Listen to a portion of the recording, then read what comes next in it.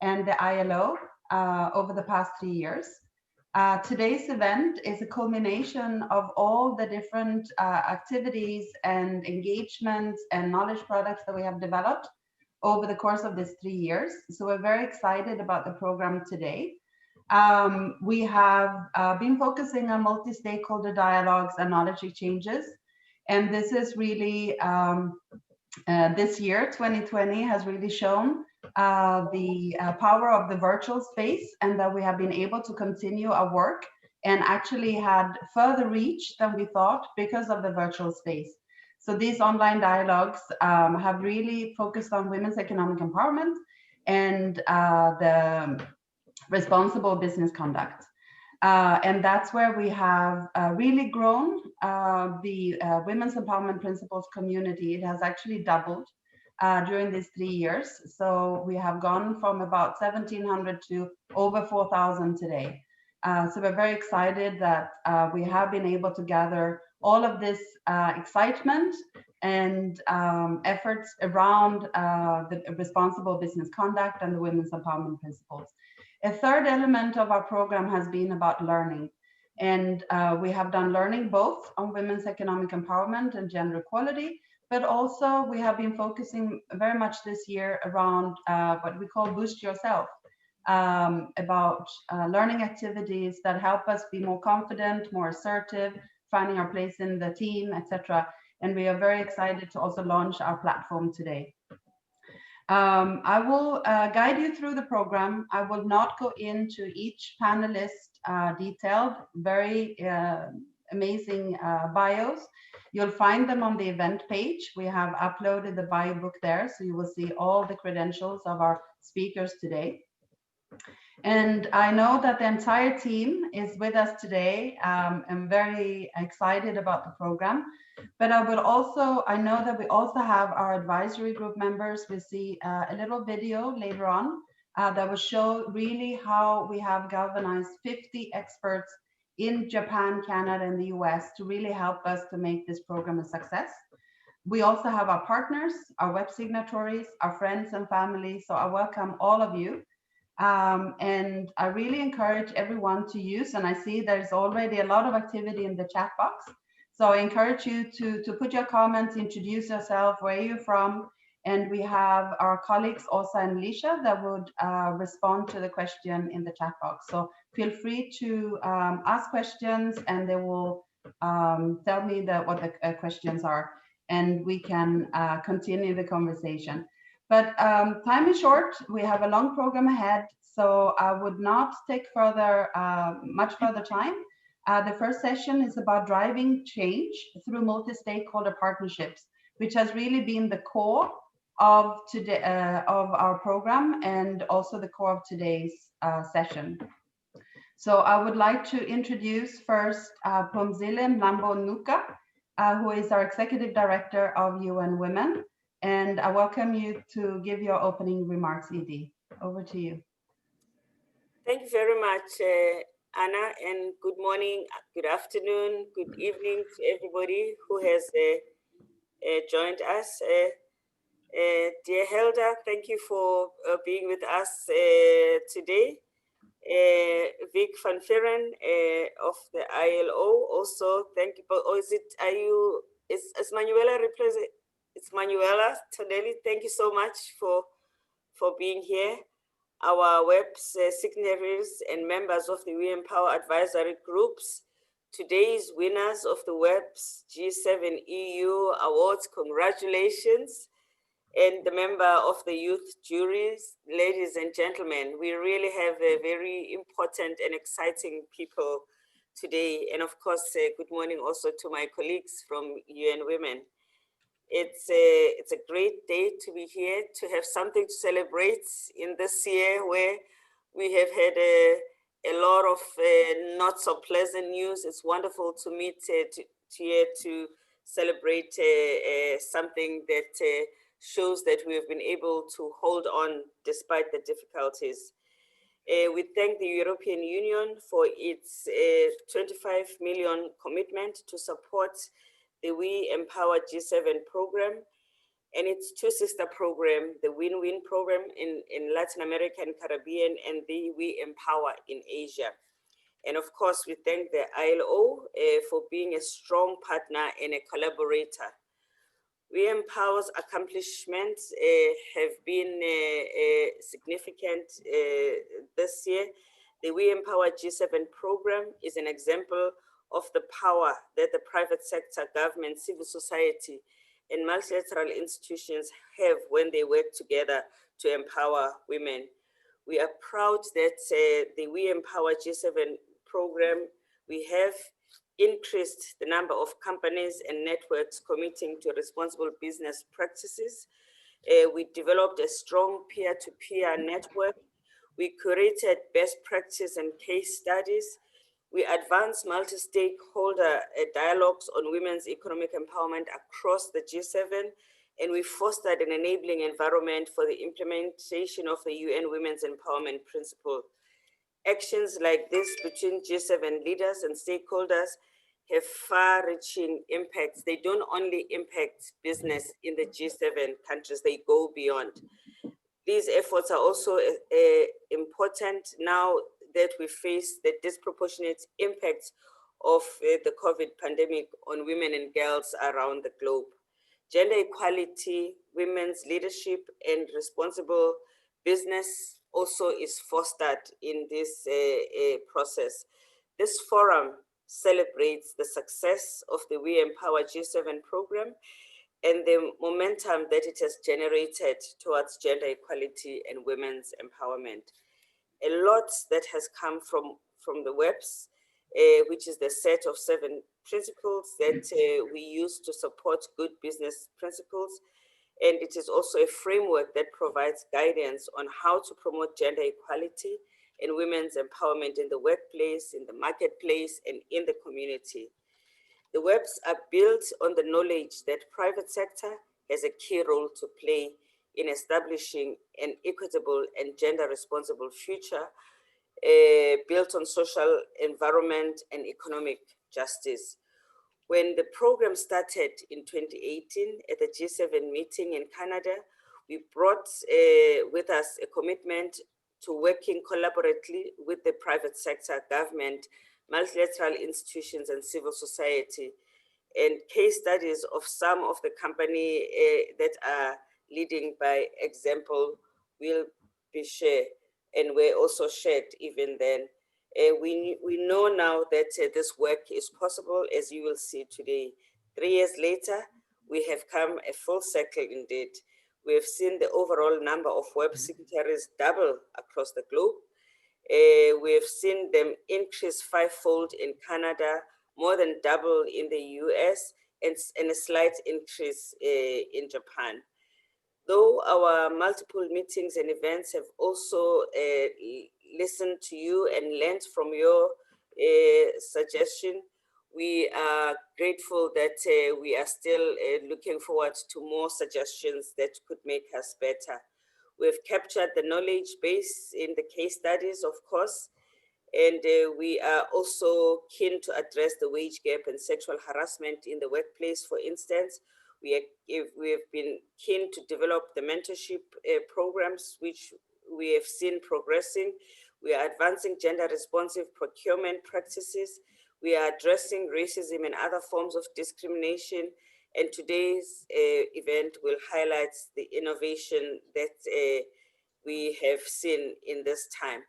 We have factored in the impact of COVID-19 in order to make sure that we are at the same time responding and fighting against the disproportionate impacts on COVID on women.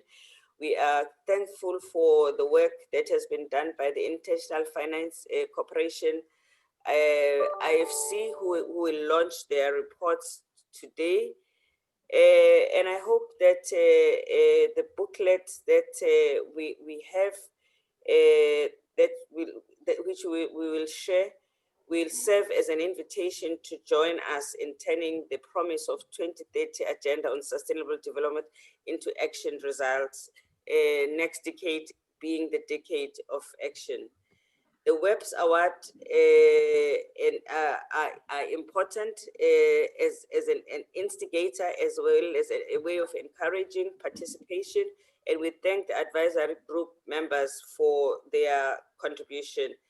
As I end, I also want to thank my very small team that has done a lot of work to get us this far, and of course our partners who have been collaborating with us. Thank you.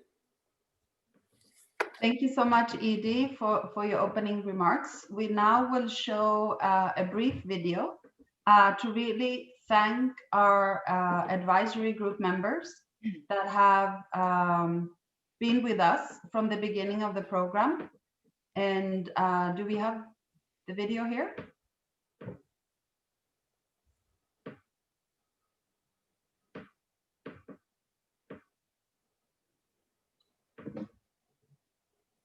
Okay, there might be some delay. So I think we can move on to Hilde, but we have prepared a video to thank all of our advisory group members.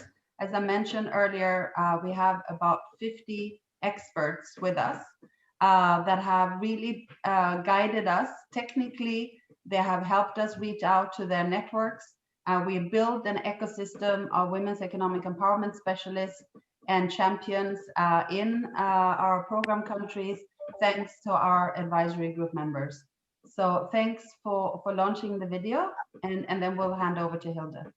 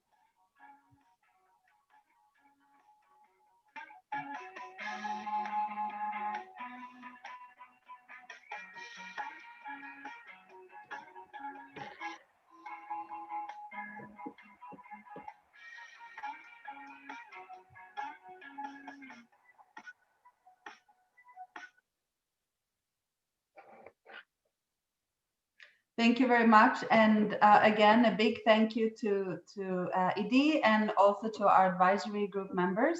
As you saw from the short video, they have really extended the expertise and really supported us. Hilde Hardeman is our close ally and friend now. You have participated in many of our events, so I think many of the participants know you well. So we also have all your credentials in the bio book. Hilde, we are so grateful for your continued support and the EU's really generous support to our program, and made all this happen. So thank you. Over to you, Hilde. Thank you so much. Well, Your Excellency, dear Phumzile, dear colleagues and friends from across the globe, and I can see from the chat that many of you are there from many different locations and walks of life. Good morning, good afternoon, good evening, and thank you so much for taking the time to be here with us today to celebrate our joint work for women empowerment under the We Empower G7 program. I'm really honored and very happy to be here today with all of you to discuss topics that we all hold close, very close to our hearts. We need to empower women, half of the world's population, to take their fair place and fair share in our societies. We celebrate the 25th anniversary of the Beijing Declaration this year, and since Beijing, a lot has been achieved. Great progress has been made in several areas, for instance, by overcoming legal and practical barriers for women's equality in many parts of the world, but much, much, much more remains to be done. Discrimination, disadvantage, bias against women remain unfortunately widespread, and that is a situation we cannot and we must not accept. We must all do what we can to ban it to the past forever. And that is why the European Union has joined hands with UN Women and ILO and set up the We Empower initiative. That is also why we agreed to do all we can to turn the women's empowerment principles into reality. And that is why through We Empower, we joined forces to strengthen women's place in the business world. That is why together we support business actors to help create a level playing field, to identify and especially to eliminate barriers to women's economic advancement. And I'm really delighted to see that the network of We Empower grows every day. It has been mentioned already, since 2017, the number of signatories of the Women Empowerment Principles have doubled, and that's a success. International businesses are holding themselves accountable in developing better, more equitable practices, and it is imperative to foster these relationships and connect our global change makers. Now, while the COVID-19 pandemic is making it more difficult to convene in person, many of us, me as well, are participating today from our homes. We Empower is bridging this gap through virtual means in every possible way. A good example are the many webinars that are taking place to allow signatories to the Women Economic Principles and aspiring partners to connect and exchange good practices, because bringing decision makers and experts together to share experience and practical advice is really crucial in implementing change. We learn best when we learn from each other.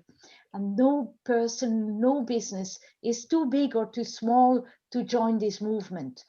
Implementing the Women Economic Principles is not only a moral imperative, it's a smart economic practice, because when we disregard and undermine half of the population's abilities, we are deliberately diminishing progress and well-being for all. Promoting women's economic empowerment stimulates innovation and productivity. Still, policies and businesses do not always see it like that, or they do not always take this opportunity. This is especially evident during crises like the one we are living through today. Women and girls are disproportionately affected. The COVID-19 pandemic is undermining the progress that was made over the past years and decades. And we must not let this happen. We must adjust our recovery policies to protect our women entrepreneurs and support young female professionals, also older female professionals. Gender equality must be at the heart of all our actions. Now, for the European Union, the Union will continue to uphold the We Empower principles in everything it does.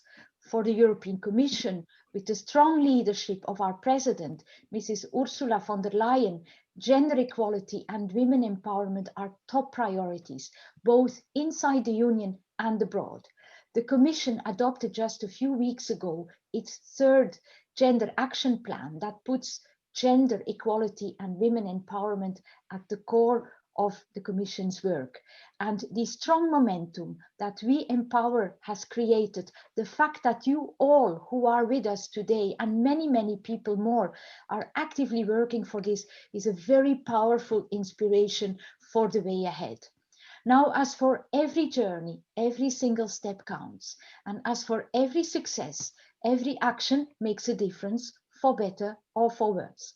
We must all, in every way we can, do our utmost to make gender equality and women empowerment the reality for all across the globe.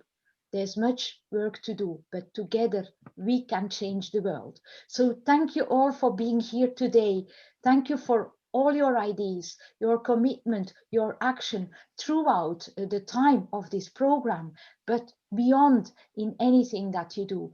My warm thanks to UN Women, to the ILO, to all our partners and allies, to all of you, and also to my team that has been putting all their hearts and spirit into this program.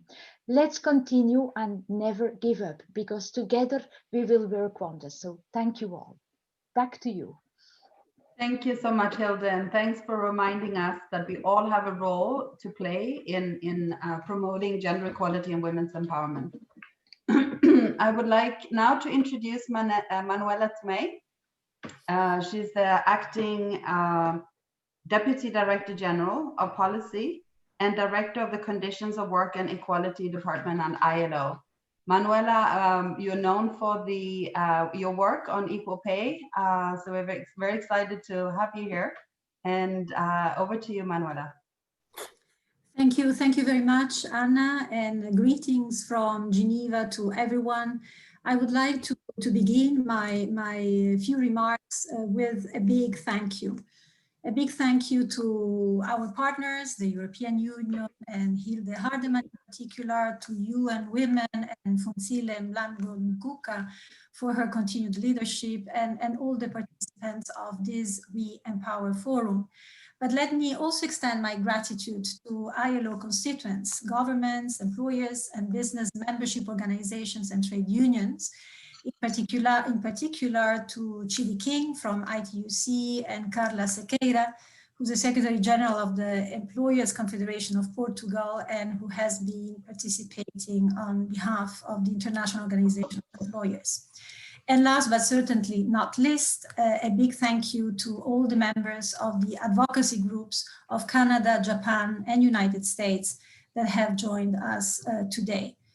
There is no doubt that without your insights, real life experience, and continued engagement, we would not have been able to build such a rich and robust wealth of guidance, good practices, lessons learned, and calls for action to empower women economically that we are taking stock of today.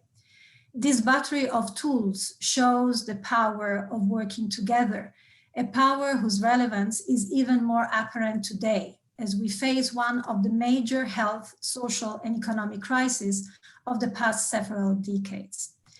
If we want to build forward better, we need to act now and together. Why? The COVID-19 induced crisis is different from previous one, as women are losing jobs at a greater speed than men, with figures even more worrying for young women. Women own micro, small, and medium-sized enterprises are more likely to close or report loss of business compared with men-led SMEs. And most new care demands stemming from the restrictive measures in response to COVID-19 continue to fall on women, forcing them to cut down on paid working hours or to extend the total number of working hours. The COVID-19 pandemic has also shown the fragility of women's hard-won and modest gains of the past decades, including in rich countries. It is therefore crucial to do whatever it takes to prevent women from losing their jobs, because the effects could be devastating in both the short and long term, not only for women, but for economies and societies at large. It is equally imperative that governments, employers and workers, private sector and civil society come together, devise and coordinate urgent, sustainable and gender responsive policies to build forward a better future for women at work. And this is what we have been doing through the We Empower G7 program for the last 3 years. Today, we dispose of a package of knowledge and training resources that can help the actors of the world of work set priorities and take action on gender equality at work. And let me just mention a couple of them. The Empowering Women at Work Capacity Development Platform, developed in collaboration with the ILO International Training Center, which is a multi-language platform on how to implement equal pay for work of equal value, how to achieve work-life balance and the equal sharing of care, and how to prevent and tackle work-related violence and harassment.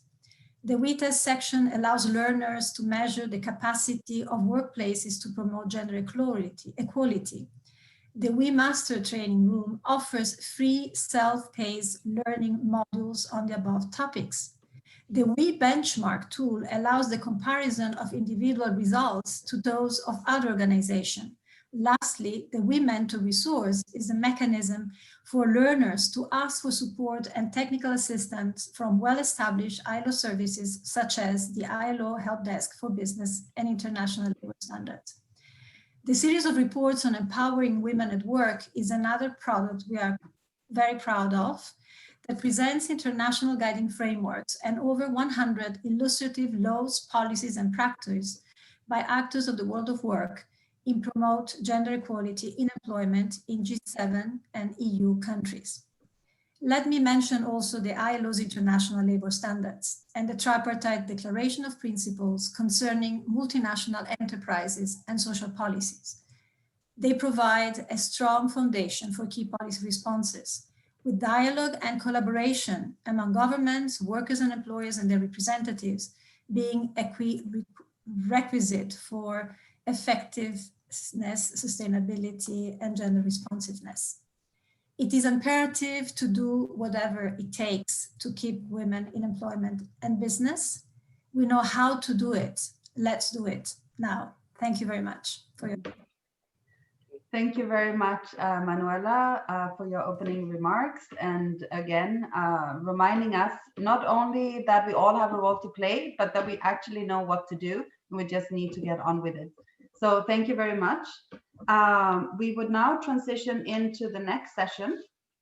And we'd like to take the opportunity to showcase the booklet that we are going to make available later today on our website. The Power of Working Together. It brings together a lot of the voices from the past 3 years, a lot of the case studies and good practices, both from the public side and the private sector side. So we really hope that you will enjoy this booklet. It has many of our partners and stakeholders compiled into one book. So we will share with you we will disseminate this widely, and also hope that this will inspire all of you to know exactly what can be done to promote women's gender equality and women's empowerment. We would now also like to take the opportunity. We've heard from the 3 opening remarks about the women's empowerment principles and how responsible business conduct matter. And before we go into the session focusing on responsible business conduct, we'd like to show our video, and I'd like to take the opportunity to thank both Citi and Lippincott for having made this video for us. And it's called Make Today Your Signatory Moment. So we hope that this also inspires more companies to join us on the journey of women's empowerment.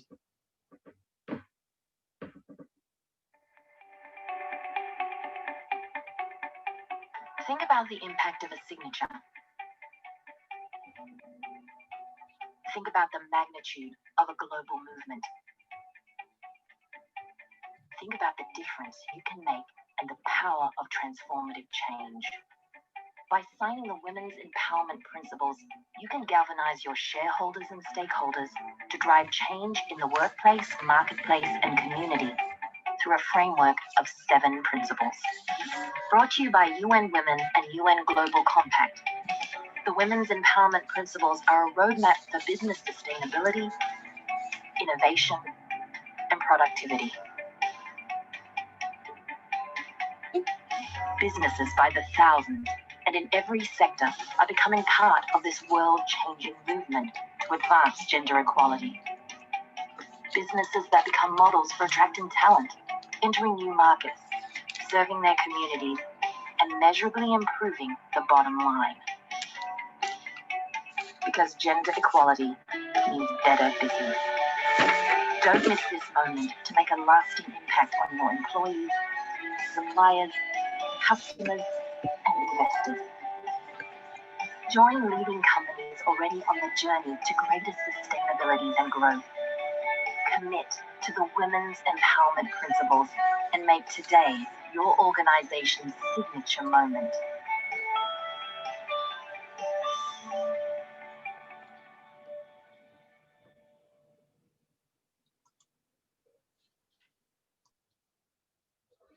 Thank you very much. So we are now starting the second session.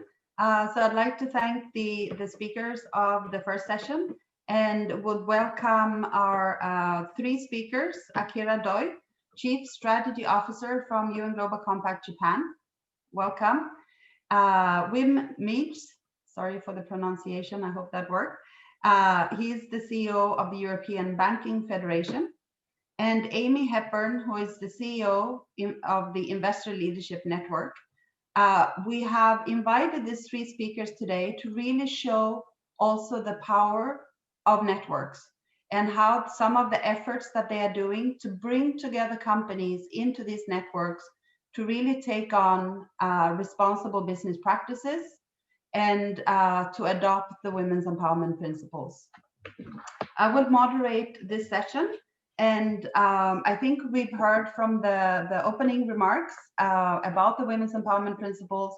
So I will not go into further details, but I will ask the colleagues that are managing the chat box to put the link to the website. I think it was done earlier, but for those who have joined more recently, and you can explore these 7 principles that really covers all the issues in the workplace, marketplace, and the community. So I would like to kick it off with Mr. Doi. And I'd like to ask you to talk a little bit about the work in Japan. So we have collaborated with you closely since 2010. And if you could talk a little bit to us on why is the women's empowerment principles so important for Japan? Over to you, Doi-san. Okay, thank you. The United Nations Global Compact is the world's largest corporate sustainability initiative, providing a principle-based framework for action for businesses. The initiative calls on businesses to align their operations and strategies to the 10 principles in the areas of human rights, labor, environment, and anti-corruption. Global Compact Network Japan is a Japanese business-led network of the UN Global Compact with more than 380 member companies. Japan lags behind globally on the progress of achieving gender equality and women's empowerment. While the ranks 17th place in overall SDG achievement, progress on Goal 5 is lagging behind. Our rank continues to decline in the Global Gender Gap Report, and we are now at 121st out of 153 countries. One of the main reasons for the decline is a lack of women in decision-making positions in both public and private sector. We are making some progress, but other countries are moving faster. So we need to step up our efforts. The government has been promoting women's advancement in the workplace as a way to respond to the declining birth rate and shrinking labor force. Various laws and policies have been put into place, including the Act on the Promotion of Female Participation and Career Advancement in the Workplace in 2016. This act requires public and private sector companies to measure gender diversity related data, create action plans, and disclose information. We have also seen many changes in the business sectors in the past few years. Investors are increasingly looking for companies that have diversity in management and in their board of directors. The government pension investment fund for Japan, one of the largest pension funds in the world, adopted the MSCI Japan Empowering Women Index as one of its benchmarks for their ESG investment strategy in 2017. 30% Club Japan was also launched last year, and their member companies are increasing their numbers of women in the highest decision-making bodies. Finally, Keidanren, the Japan Business Federation, recently announced a new target to have women occupying more than 30% of the executive positions at major companies by 2030. It is an ambitious goal, but shows that Keidanren see this issue as important for companies to stay competitive. It is under such strong momentum that Global Compact Network Japan is moving forward and committing to advancing gender equality and women's empowerment in our Decade of Action plan that starts next year. WEPs is an effective framework to advance SDG 5 in the business sector, and we will gear up our work in promoting the WEPs to our members and beyond. Thank you. Thank you so much. And it's really great to hear, because I think that also provides a great link to the European Banking Federation, the need for financial investors and other experts to get involved in this area. So what does gender equality really mean for the banking sector? And why did you and the European Banking Federation get involved with the Women's Empowerment Principles? How have you involved your network, clients, and shareholders? Well, thank you very much. And it's a pleasure to speak here. To be honest, I got involved as a little bit of a personal story. Many years ago, I'm a lawyer, and I had my first legal team. And I was, for the first time, allowed to recruit several colleagues. And then, to my big surprise, I recruited people from the largest law firms, and they all came with the same story. They said that they had worked for 10 years, that they were supposed to become partner, but when they are about to become partner, as it happens, they also got married and got children, and suddenly the partnership was far away. And I, of course, being a young father myself, was very impressed with these brilliant lawyers that wanted to join my team, and I had no problems in working time. So we had an environment, by chance, which suited these women. So when they entered, and I had by this coincidence the best legal team in the Netherlands at the time, I asked myself, what is happening here? How is it in my bank? Are we good enough? And I found that there are so many obstacles at that time, and I'm now speaking about 20 years ago. There were so many obstacles in pay, in career advance, in coaching by women, that from that day I was very much involved. So now I'm the CEO of the European Banking Federation, and I think that we are in an interesting position here, because even though we are a small company in Brussels and we are relatively diverse, the first thing you can do with the Women Empowerment Principles is that the 7 principles help you wherever you are on their journey. And we are about 50-50 men, women, and we have 16 nationalities in our small team. But still, it helps us to go through every part of our HR policy to learn more and to see where we can better ourselves. But what I really think has an impact, and I think we are one of the first associations to sign the Women Empowerment Principles, and I'm grateful to Dagmar Schumacher and Miral Güzel at UN Women to help me with that, is the ripple effect, because we are represented in 32 countries, so 3,500 banks, so 2 million employees. And what I very much believe in is, by trying to do something at the European Banking Federation level, that the national federations also put it high on their agenda and maybe are able to adopt the Women's Empowerment Principles themselves. In our discussions at our board, this has become an important theme, and I think that helps. So the first is that through the ripple effect, we were able to put it high on the agenda. But second is, because of the versatility and the intelligence with which these 7 principles were made, it is possible to use them in I would say, countries that have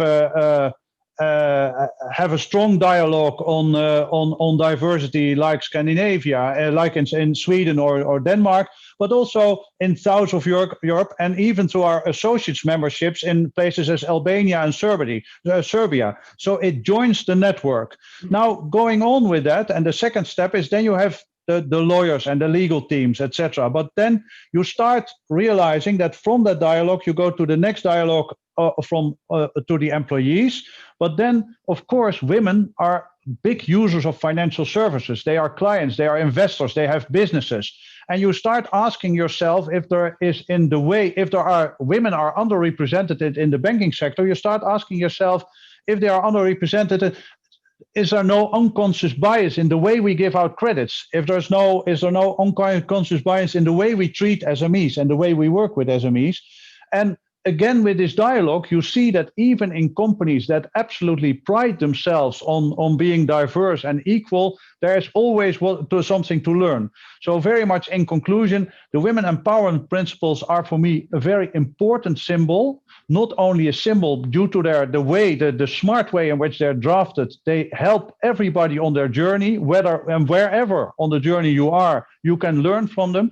And what I see is that it always takes steps forward, so that it goes from legal to the banking sector to the next step to unconscious bias in clients, but also the importance of financial inclusion for women, because indeed there are many research studies that show that financial inclusion by women and financial literacy lead to freedom and more equality. So for me, they are absolutely key.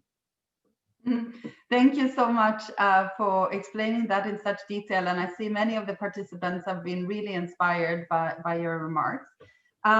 So we move forward to Amy, who is the CEO of the Investor Leadership Network. So it's in the same area, Amy, with investors. Can you talk a little bit about why gender equality is a key consideration for the investor community and for investment decision more broadly? Yes, absolutely. And thank you so much for having me. This has been a great panel so far.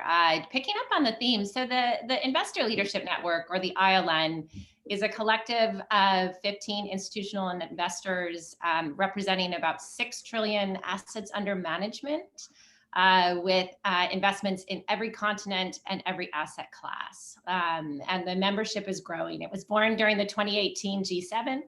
And during that time, under Canada's presidency in the 2018 G7, some institutional investors came together and said, what are the issues of our time? And the issues of our time that they identified were climate change, diversity with an emphasis on gender equality, and sustainable infrastructure. And as you look at that, and the idea was, they said, listen, if we're going to address anything, we have to take diversity and inclusion very seriously. And out of the gate, when you look at one of the issues we need to focus on, as our panelists have already articulated beautifully, is gender equality and women's empowerment. And as you think about it, as we build out what it means to be inclusive as a financial economy, how can we overlook women in this space, right? As the conversation has evolved within the membership at the ILN, one of the powerful comments was, women don't want to be your CSR policy. Women want to be your core business strategy, right? Women want to be at the heart of when we talk about this. They don't want to be your side effort, right? So we need to flip this conversation, and the women empowerment principles do this so beautifully. I love the idea that our panelist was suggesting that it's a symbol, and it's a symbol, but it's also a tool.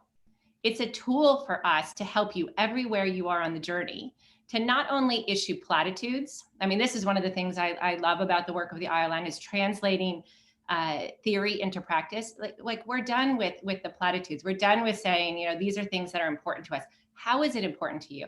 How are you changing your operations? How are you doing things differently so women have a place at the table, right? That women are part of this conversation. And I think another, comment our panelists made that I really loved was this idea of, it's not just getting women into the financial sector.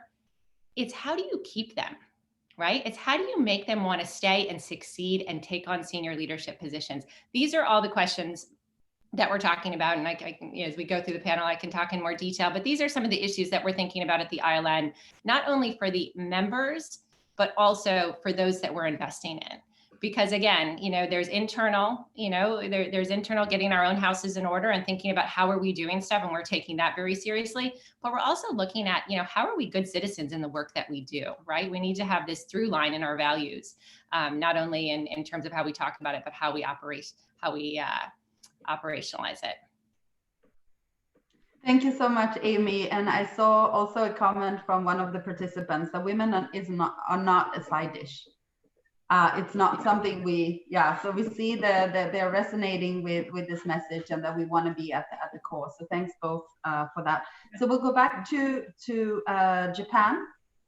And Doyson, I'd like to ask you a little bit if you could give us some details about the WEPs handbook that you've been working on in Japan, and how you're planning to use it going forward. Okay.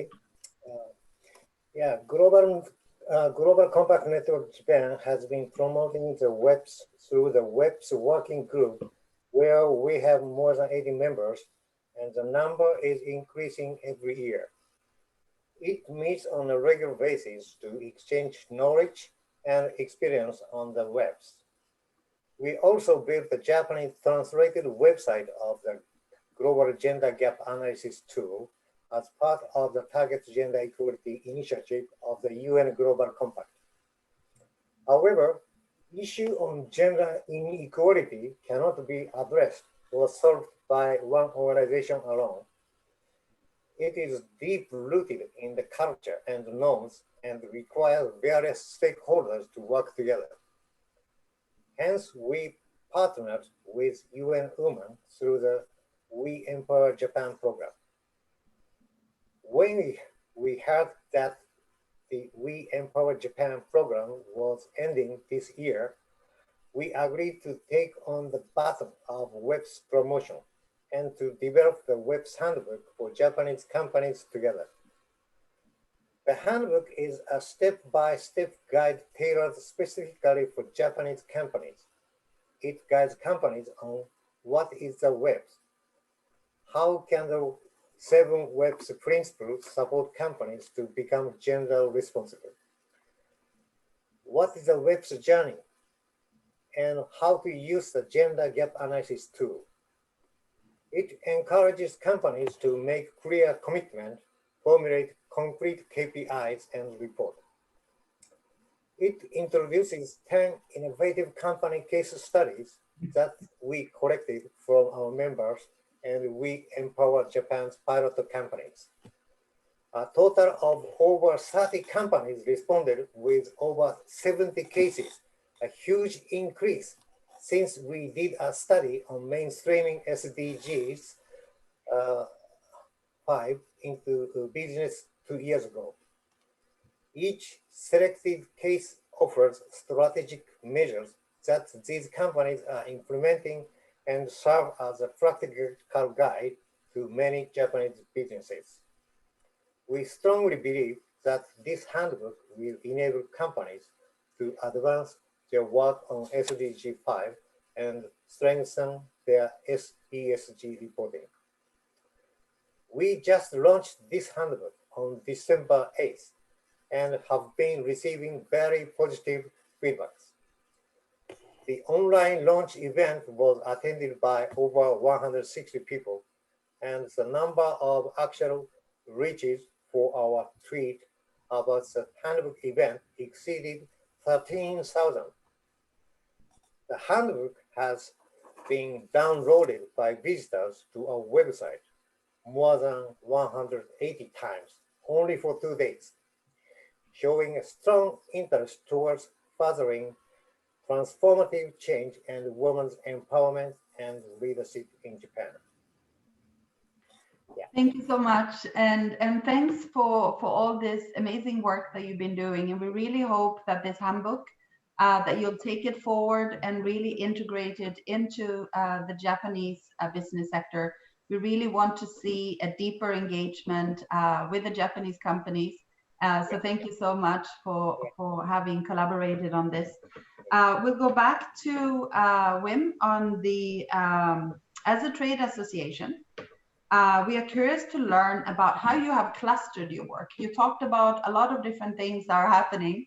And if you could talk a little bit about this clustering and how you made, how you came up with this approach to really make progress on gender equality and women's empowerment in the banking sector. Yeah, we realized, I think just before signing that we were actually one of the first or the first trade association. And interestingly, European Banking Federation is also an association of associations. And again, that is adding complexity, but it is also an opportunity because you can reach many banks in that way. So we took some time to design a product to ensure impact on all four areas. That means the EBF, we ourselves as employers, we as a trade association, we as an ambassador of the women empowerment principles, but also as a hub for women's banking, where we try to create an expertise center. So what we did is first starting with what we did inside. We have an implementation team with our management team members and our chief operating officers, and that is quite broad. In these teams, we indeed invite several panels to discuss unconscious bias. And if you look at for instance, my team goes from the people who are very technical in banking, so in prudential supervision and risk management, to people who are very much at the retail side or in sustainable finance or in digital transformation. But it's very interesting to hear back from all these areas and all these experts that we have in our many committees and working groups where unconscious bias can be. Then in our own organization, we did a 0.0 exercise. We said, okay, where are we? Where are we now? And where are we falling behind? What can we learn? So for me, that is very important because I'm the main employer. So there I am trying to make sure that I learn and move forward.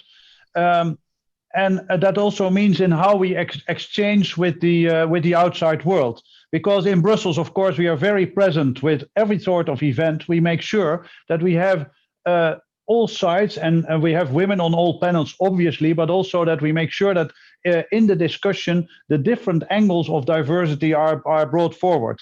And for instance, we now do with Ernst & Young, who is our knowledge partner, we do a big study on the impact of COVID on the employability of women and on their diversity, which we come, and that was mentioned earlier. Indeed, you see that COVID has a negative impact on diversity, especially with women's SMEs who suffer more or seem to suffer more, as we heard from the ILO. And we would like to research that further and see what we can do about that. So, and finally, what we don't do is try to create the EBF as a hub of knowledge and excellence in promoting the women's empowerment principle and sharing that knowledge with all the trade associations. Second, make sure that we have greater representation. For instance, I signed with Maria Gabriel, European Commissioner, the Digital for Her principles, and that is purely about digital. And that comes down to a very down-to-earth pragmatic calculation that there are just not enough men in the world to ensure the digital transformation. So if you do not use the power of women in digital, you are not going to deliver to society what's needed. And finally, we try to look with banks, and in 2021, we are going to create round tables with banks, in which we are going to discuss greater access of finance, but also if we need specific products to be designed for specific needs of women. So it's quite, I'm sorry that it sounds broad, but there is a very elaborate action plan. But in the center of this is that we want to promote the women's empowerment principles and be an expertise center for trade associations that have questions. Mm-hmm. Thank you so much. And it also reminds us that in the midst of the lockdown, we started to work on an advocacy tool on women entrepreneurship and really to show solidarity to women at these times, very, very difficult times for women who are already in the sectors that are the most affected by the pandemic. So thank you so much for your excellent work, and we look forward to continue our collaboration. Thank you. We are running towards the end of the session, so we have one more question for Amy. You talked earlier about the importance of translating policy to practice. Could you talk a little bit maybe about your investor matrix and how you have translated policy into practice? Yes, absolutely. And I just have to pick up, I love on that last point, Wim, about the constraints and opportunities of investors at this time in terms of doing the good work that they do. So at the ILN, we just embarked on a comprehensive strategy review, and one of the centers or the heart of what we're looking at and what we're doing is launching in 2021 a inclusive finance platform where we come together really trying to build out the S of this ESG with an emphasis on intersectional gender equality. So looking at all the elements of what it means to really get behind diversity and inclusion, and really even thinking about this conversation of how inclusion is the underpillar, right? Diversity, you could say, is just checking boxes, but really this inclusive element of how do we make sure that people want to, women, as we said earlier, want to come and want to stay and want to be a part of it, and are served well and really holistically through the work that we do. So it's part of that. We're looking at how do we get behind what metrics are we looking at in terms of what it means to truly be diverse and inclusive from an intersectional gender lens, and then also how do we engage externally in terms of with our portfolio companies, how do we work with them? How do we help them level up in the work that they're doing? How do we advance this conversation in a really strategic and impactful and, as our panelists were saying earlier, a KPI-driven way, right? You treasure what you measure. And so this, to me, is when we talk about moving from theory to practice, you have to measure your progress. You have to know where you were, and you have to see where you're going. And as one of our CEOs often says, we don't have the monopoly on the truth. So partnership is key to what we do, and bringing in the best thought leaders and finding a way to really learn from the other efforts in this field is absolutely foundational to the work of the ILN, but also taking leadership. Right, this field is developing, as you've seen probably in the work of the WEPs over the last several years. There's a momentum. This is a moment in time. I find this incredibly exciting, where we are in this conversation, because I do feel like we're at a moment in time where there is an interest on behalf of investors with the tools they have. Our tool is capital, and our tool is the allocation of capital. So there's an interest, there is a momentum, there is a leadership opportunity here to really move the needle in a measurable way for women globally as we think about the work that we're doing. Thank you so much, Amy. And thanks for bringing up the importance of tracking and measuring results. And I love that you treasure what you measure. I think that's a key takeaway for our participants. It's really important, because if you don't know what's the progress, then how can you know whether you need to improve yourself, whether you're on track on your action plan? So it's really, really a key element. I have one final question for all three panelists. If you have any, we've seen in the chat box that our participants come from all over the world and from a lot of different sectors. And I saw one comment that it also related very much to what you talked about today, to the automotive sector. And I'm sure that it relates to all of the sectors, even though today we talked about the banking sector and the investment and the work in Japan. I'm sure that this relates to many other countries and to many other sectors. Do you have any final thoughts or something that you really like the participants to take away from this conversation today, whether it's a recommendation or just a personal thought? So we'll start with Doi-san. Over to you, please. Yeah, I am even more convinced that we need to accelerate our work on the WEPs in Japan in order not to be left behind. Yes, thank you for this opportunity to exchange views, and thank you very much for the We Empower G7 and We Empower Japan. We look forward to continued collaboration through platforms like this. Thank you, that's all. Thank you so much, and thanks for joining us. I know it's late in Japan, so thank you very much for having taken the time. Wim? Well, I saw in the chat a right comment is that a bank can be intimidating. Finance can be intimidating if you don't have the right forms and the normal language. And again, one of the things that I like about women empowerment principles is they are well formulated. So what I see as a task for the banking sector on one side is to simplify and make themselves less intimidating. And I think that the digital age is helping immensely, because banks many years ago were big marble offices where you were intimidated if you entered, and now they are actually on your iPhone. So I think that part of giving access to women is not only get engaged in financial inclusion, but also make sure that if we design apps, that we design them with people that actually use them in mind. So you're not intimidated, but you can get what you want. And that is what a bank is all about. It is a service center, and that's what it should be. Excellent. And thanks also for responding to one of the participants' remarks in the chat box. So thank you very much. And Amy, final remark? Yes, absolutely. So, you know, as you're saying, Wim, I think that it can be intimidating. I think it reminds me of, in this space of investor leadership, one thing we talk about a lot at the ILN is that it's both a privilege and a responsibility, right? And as we think about that, it's a privilege to be in this position, but it's a responsibility to make sure that we have a tent where everyone does feel like they belong and are valued. So I think that's important. And then I would end with, as someone who's worked in this space of gender equality for a couple of decades now, I think it's important to, you know, keep our eye on the horizon and where we're going. But I just want to take a minute to sort of reflect on how far we've come. I do think that this is, you know, it's exciting, the opportunity that the WEPs were created, that you have made so much progress in their adoption, that the private sector is so willingly not wanting to just participate in this conversation, but they want to lead. And that is progress. And that is something that I would say we are far from done, but boy, there is an exciting momentum that we need to continue to, you know, to push forward and feel very proud of, and continue to just encourage, you know, all of our colleagues and our peers to not just follow, but to lead. Because I do think peer leadership is really, really important in driving measurable progress.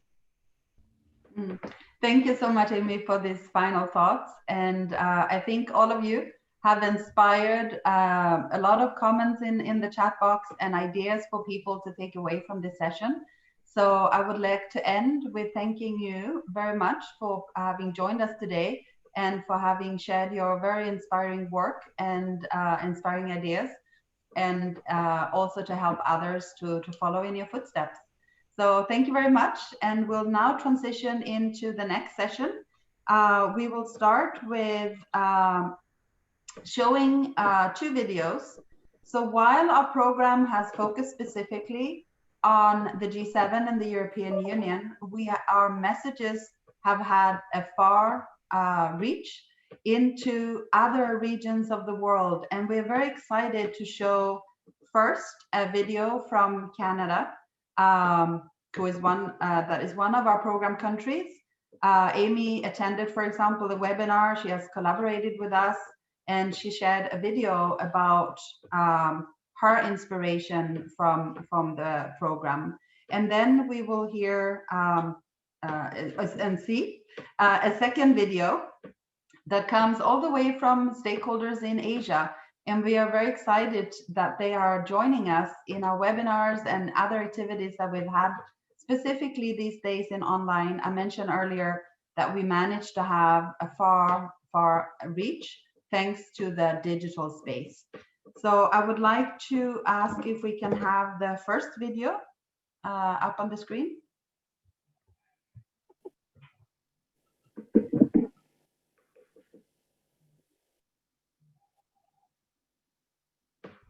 Hi, I'm Amy Cross. I live in Canada, and the WEPs inspired my work at Gender Fair. I use them to build a rating system so we can measure and report on companies' gender equality. This way, consumers can make the right choice. Thank you so much, Amy, for sending in that video. If we can see the second video from Asia.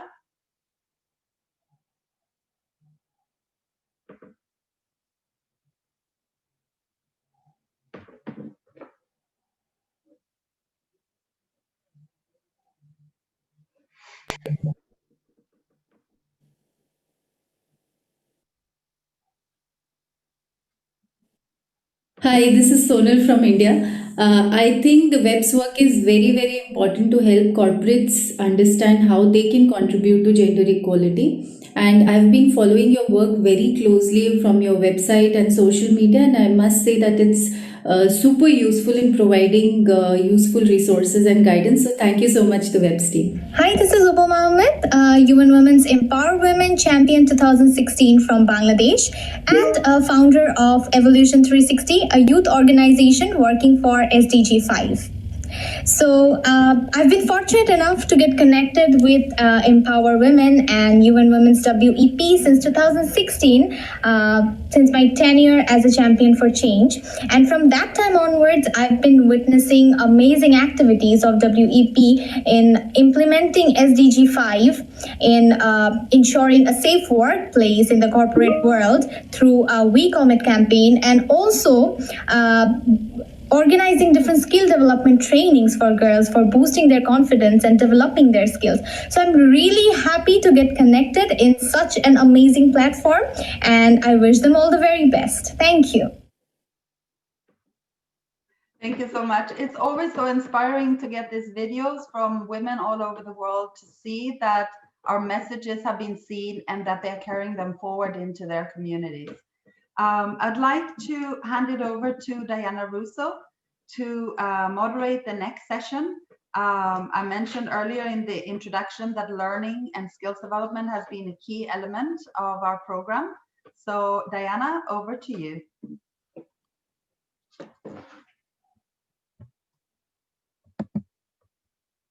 Thank you so much, Anna. Thank you, everyone, for joining today. This is very exciting, and I will just go very, very fast to the next panel here. It's us. So as Anna mentioned today, it's a very special day for us because we will talk also about one of the most important elements of our program, about skills development. And we already understood from the previous discussion that through We Empower program, we focus and we analyze the skills and lifelong learning through two ways: business development and grow, so within the context of a career circle, and also individual. And this can be for personal growth, for business development, entrepreneurship, or grow within career. So today we are very excited to launch our platform with these two components. So when you have a free moment, please go to learn.weps.org and please check out what we have for you. And we know actually that it's easy to say, but people need to keep up with their work and with their skills development and with their career. But practicalities are daunting, and the reality is even harsher in the context of COVID. So today, it's a great pleasure for me to be joined by great professionals and experts in their field, and we will discuss for the next 30 minutes about the importance of skills development for career and business growth. So please welcome Shelley Bell, founder and CEO of Black Girls Venture, Miki Mamura, VP Marketing for APAC, Global Women Will founder, CEO for Japan Google, Chidi King, Director, Equality Department, International Trade Union Confederation, and Angeles Santa Maria, Chief Executive Officer, Iberdrola. So I hope my colleagues and partners for today's discussions are joining, and then we will start our conversation. And I would like to ask Miki. Miki, please tell us briefly about yourself and your organization work and skills development and lifelong learning.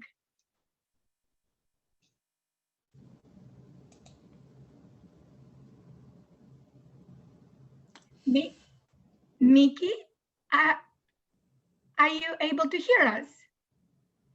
Maybe until Miki will solve her problems with microphone, Shelley, can we start with you? Sure. Hello, everyone. Hello. Tell me your So Are you going to ask me a question? Yes, it's the same question. So please let us know about yourself and organization and what is your connection about lifelong learning and skills development. Awesome. I'm Shelly Bell, the founder and CEO of Black Girl Ventures. We work to create access to capital for Black and brown women founders.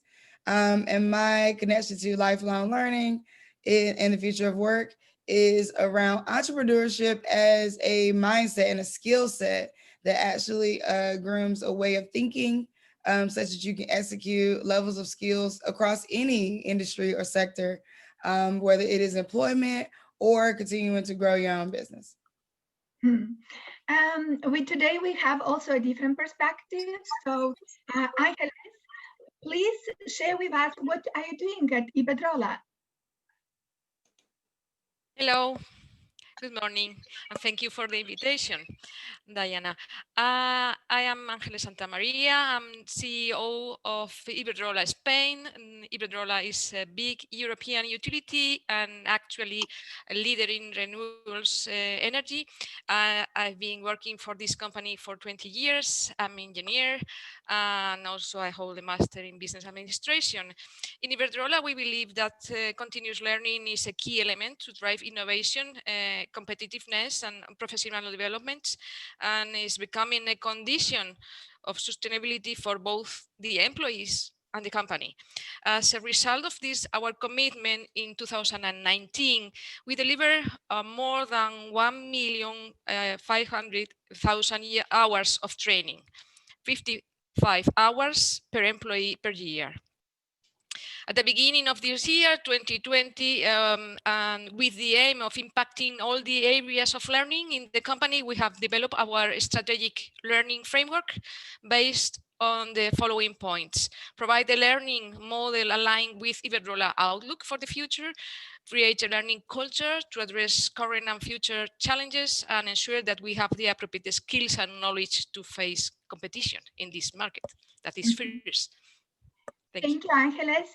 Chidi, for sure, International Trade Union Confederation is a key actor. What are your activities in this space, in the space of skills development and learning?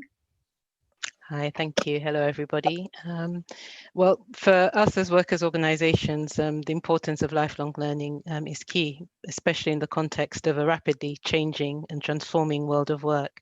And we're seeing those changes being accelerated, of course, by the impacts of the COVID-19 crisis. I would say, putting a gendered lens and the lens on groups who are underrepresented already in our labor markets and disadvantaged indeed structurally in our labor markets, women, disabled workers, migrant workers, racialized workers, is really key. A focus for us would be around, for instance, quality apprenticeships as a vehicle for assuring lifelong learning and also access to decent work, whether workers are in the formal or the informal economy. And the engagement of employers and workers together, jointly developing programs, so that social partnership between workers and employers, which can help to identify the skills gaps and the vocational training that might be required to help fill those skills gaps and to give opportunities, especially to young people who have been extremely hard hit even prior to this COVID-19 crisis, but are really experiencing the deep impacts of the crisis in terms of loss of job opportunities. Thank you, Chidi, and thank you for bringing the intersectional aspect to it. Miki, we hope that your audio is working now. Would you be able to share a little bit about Google's work in this space and specifically Women Will? Sure, happy to. So do you hear me okay? Yes. Great. Sorry for the mic program, but hi, I'm Miki Yamura, so Vice President of Marketing for Google based in Japan. So very excited to join you with this conversation. So, and I'm in charge of marketing, but I also founded an initiative called Women Well, a Grow with Google program, and with the aim to support women's economic potential. And I started this because I believe access to technology and information holds incredible power and unlocks economic opportunity for everyone, which is why democratizing technology has always been part of Google's work. and from helping people access information to assisting businesses launch their first website. Our aim is to open up the internet to the benefit of everyone. And Women Well specifically is grounded in this belief, and they offer free digital skills training for women to access to technology and information to unlock their economic opportunities.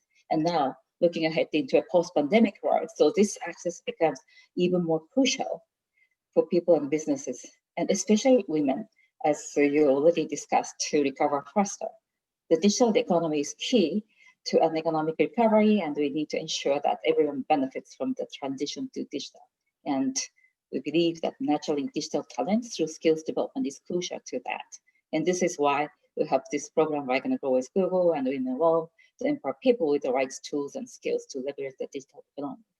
And so we believe that nurturing digital talent can drive innovation and change for themselves, but then the people around them too, not only for women, but people around themselves. So, and we believe that innovation is needed more than ever in times of uncertainty like this, and we need more women to drive it. And so, and we know that we cannot really do this alone, so we're very excited to partner with organizations like We and Women. So thank you for the opportunity.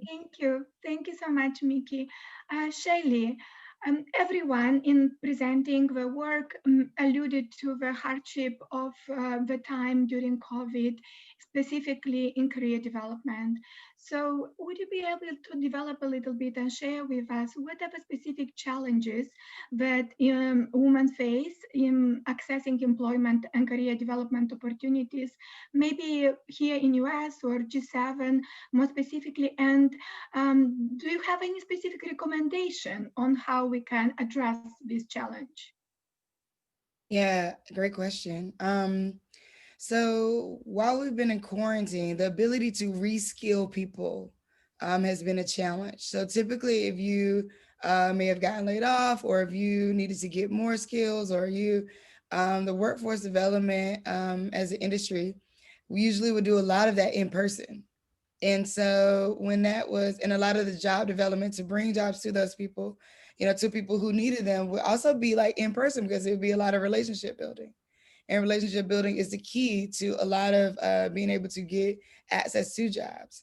And so we're gonna see a huge gap in, we're already seeing a gap in employment, and women being extremely affected by that, especially underrepresented communities like Black and Latinx communities being affected by this gap. But having to pivot online for an industry who was used to doing mainly things in person, I think was a bit of a challenge as well. And so now trying to figure out how we reskill people and get them back into the workforce is going to be important. I think that one of the ways, and interestingly enough, a lot of people did decide to start some kind of entrepreneur endeavor. They also decided to, the gig economy is growing because of the pandemic.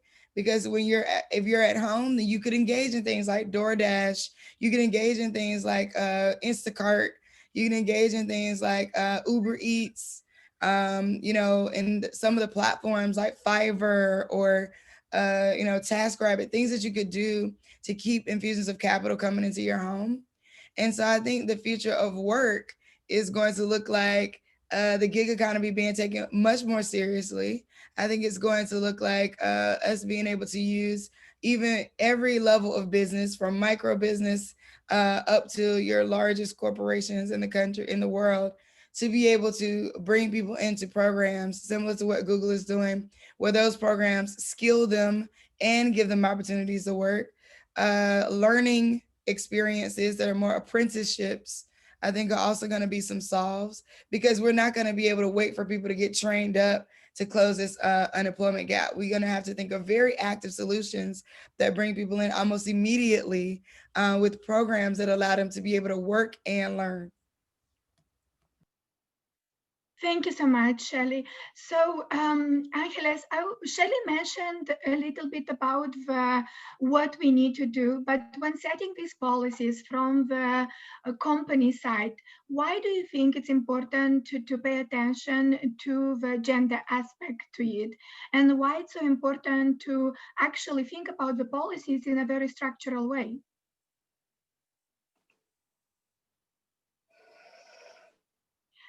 Angeles, you are muted. Right, sorry.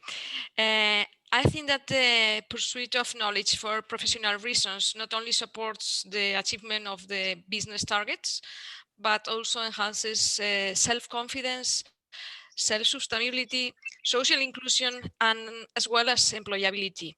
So in my opinion, that is the main reason why we shall pay attention to the gender component. Nevertheless, we do not only learn while attending training sessions. Informal and on-the-job training is also key to achieve professional excellence. Therefore, having the gender component in mind is important when setting opportunities for our employees. In Iberdrola, significant progress has been made in recent years. The number of women has increased by 50% in the last decade and now represent 23.6% of the group's total employees. That is around 35,000 people around the world in UK, US, Brazil, Mexico, and Spain, and 20% of managerial positions. And this is important. And according with the PISA report, only 18% of men in OECD countries and 5% of women aspire to have a career in engineering or computer science. So in order to continue attracting female talent, the company is developing different programs to promote this type of career in the different countries in which we have activity. Thank you, Angeles. Chidi, so we saw a little bit of perspective for private sector, but what would be ITUC recommendations in general, maybe in terms of the package for the women amid COVID times? Yeah, that's a big, broad question. Thank you, Diana. I mean, I think we've seen that COVID has exacerbated, the deep structural inequalities that already existed within our labor markets, and COVID has really exposed the labor market segmentation that women experience. I think when we're talking about skills development and lifelong learning, we really need to be careful and take care to craft solutions that don't inadvertently perpetuate these structural barriers and inequalities, making sure that we look at the way that women are channeled into certain segments of our labor market as well, and what is needed to unravel that is an example. Also ensuring that programs are designed to take account of the way that our social circumstances also affect our ability to access the labor market. I'm thinking, for example, about family responsibilities. It's all very well and good to design programs which may inadvertently exclude the very people you're trying to attract, because they're not taking account of all the social responsibilities that particular groups of people may have, and that goes across the board. If we're looking at it with an intersectional lens, that really does go across the board. So I'd say that is very important. Ensuring that when we're looking at skills and competencies, we're also making sure to take account of those that have been acquired through informal or non-formal channels and avenues, because again, for disadvantaged or structurally disadvantaged groups of people, that is a big part of the learning system, and overcoming that learning system, overcoming structural barriers. So I think, yeah, that would be my 2 cents worth on that question. Thank you, Chidi. Nikki, when we started to discuss about challenges, Shelley mentioned several names of application and alluded to the gig economy being more emphasized and the operations throughout this time. We know that at Google, you are supporting women economic potential through digital skills and community building. Tell us a bit about that and your discoveries throughout this, and the importance in supporting of learning and skills development. Oh, sure. But maybe so it's let me share the situation in Japan particularly, because women, like I said, I started this from Japan first, and then it's now run across 49 countries across the world, so providing broad digital skilling trainings for free. So just very basic access to the internet skills, to digital marketing, to leadership skills, and so on. But here in Japan, the interesting thing is that it was really basic. I studied this again back in 2014. Based on my personal experience, I was the first working mother at Google in Tokyo office. And what I was really surprised to learn as a professional is that many female Googlers, even at the Tokyo office, they didn't believe that they can continue to work, right? Also, like in Google was already recognized as the best place to work, even in Japan.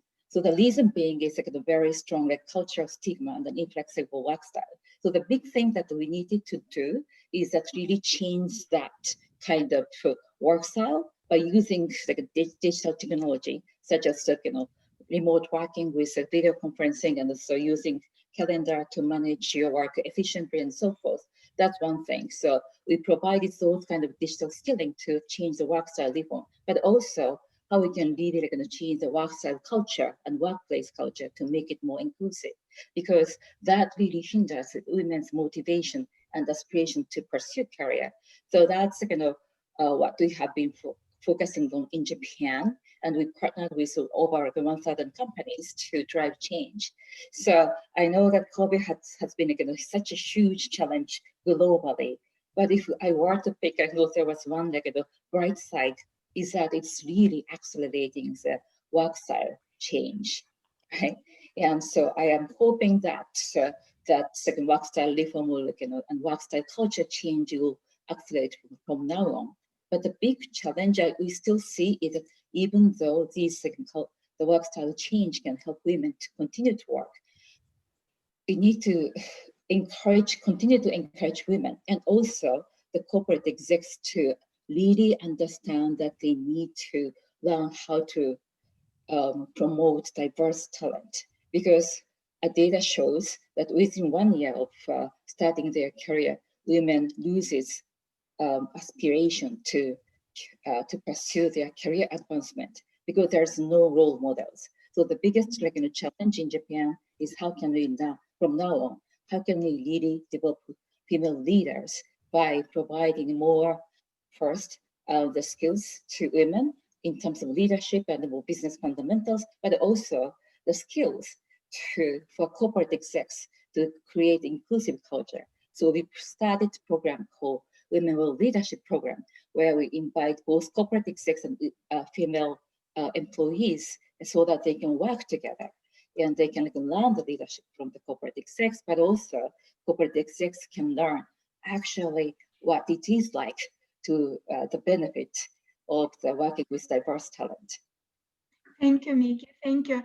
You alluded to the leadership and to the responsibility from the bottom up and to encourage learning. So Chidi, I would like to go back, and I know that I does a lot of trainings and work, and within this context, it also was a collaboration with ILO on leadership development in particular. Share a little bit about this and the importance of leadership in general from ITOC perspective. Thank you. Again, Diana, indeed, we've been developing a Women's Global Leadership Program within the International Trade Union Confederation, recognizing, of course, that as much as we work to encourage employers to ensure that there is better representation of women across the board, including in high level and upper decision-making positions. As trade union organizations, it's also incumbent on us to ensure that our leadership is representative. And this is something that historically the trade union movement has struggled with. So the Women's Global Leadership Program and various other programs, I have to say, that we have run in the past is really designed to build this pipeline of new women leaders that are capable of taking on the challenges that we're facing in our world of work today. So drawing on talent that exists not only amongst women working in formal settings, if I can put it that way, but also women who are leading in the informal economy and making, real changes to the lives and working conditions of women in the informal economy, which, as we know, is where the vast majority of the world's women are working. So we've been really excited indeed to collaborate, with the ILO and with the UN Women and the We Empower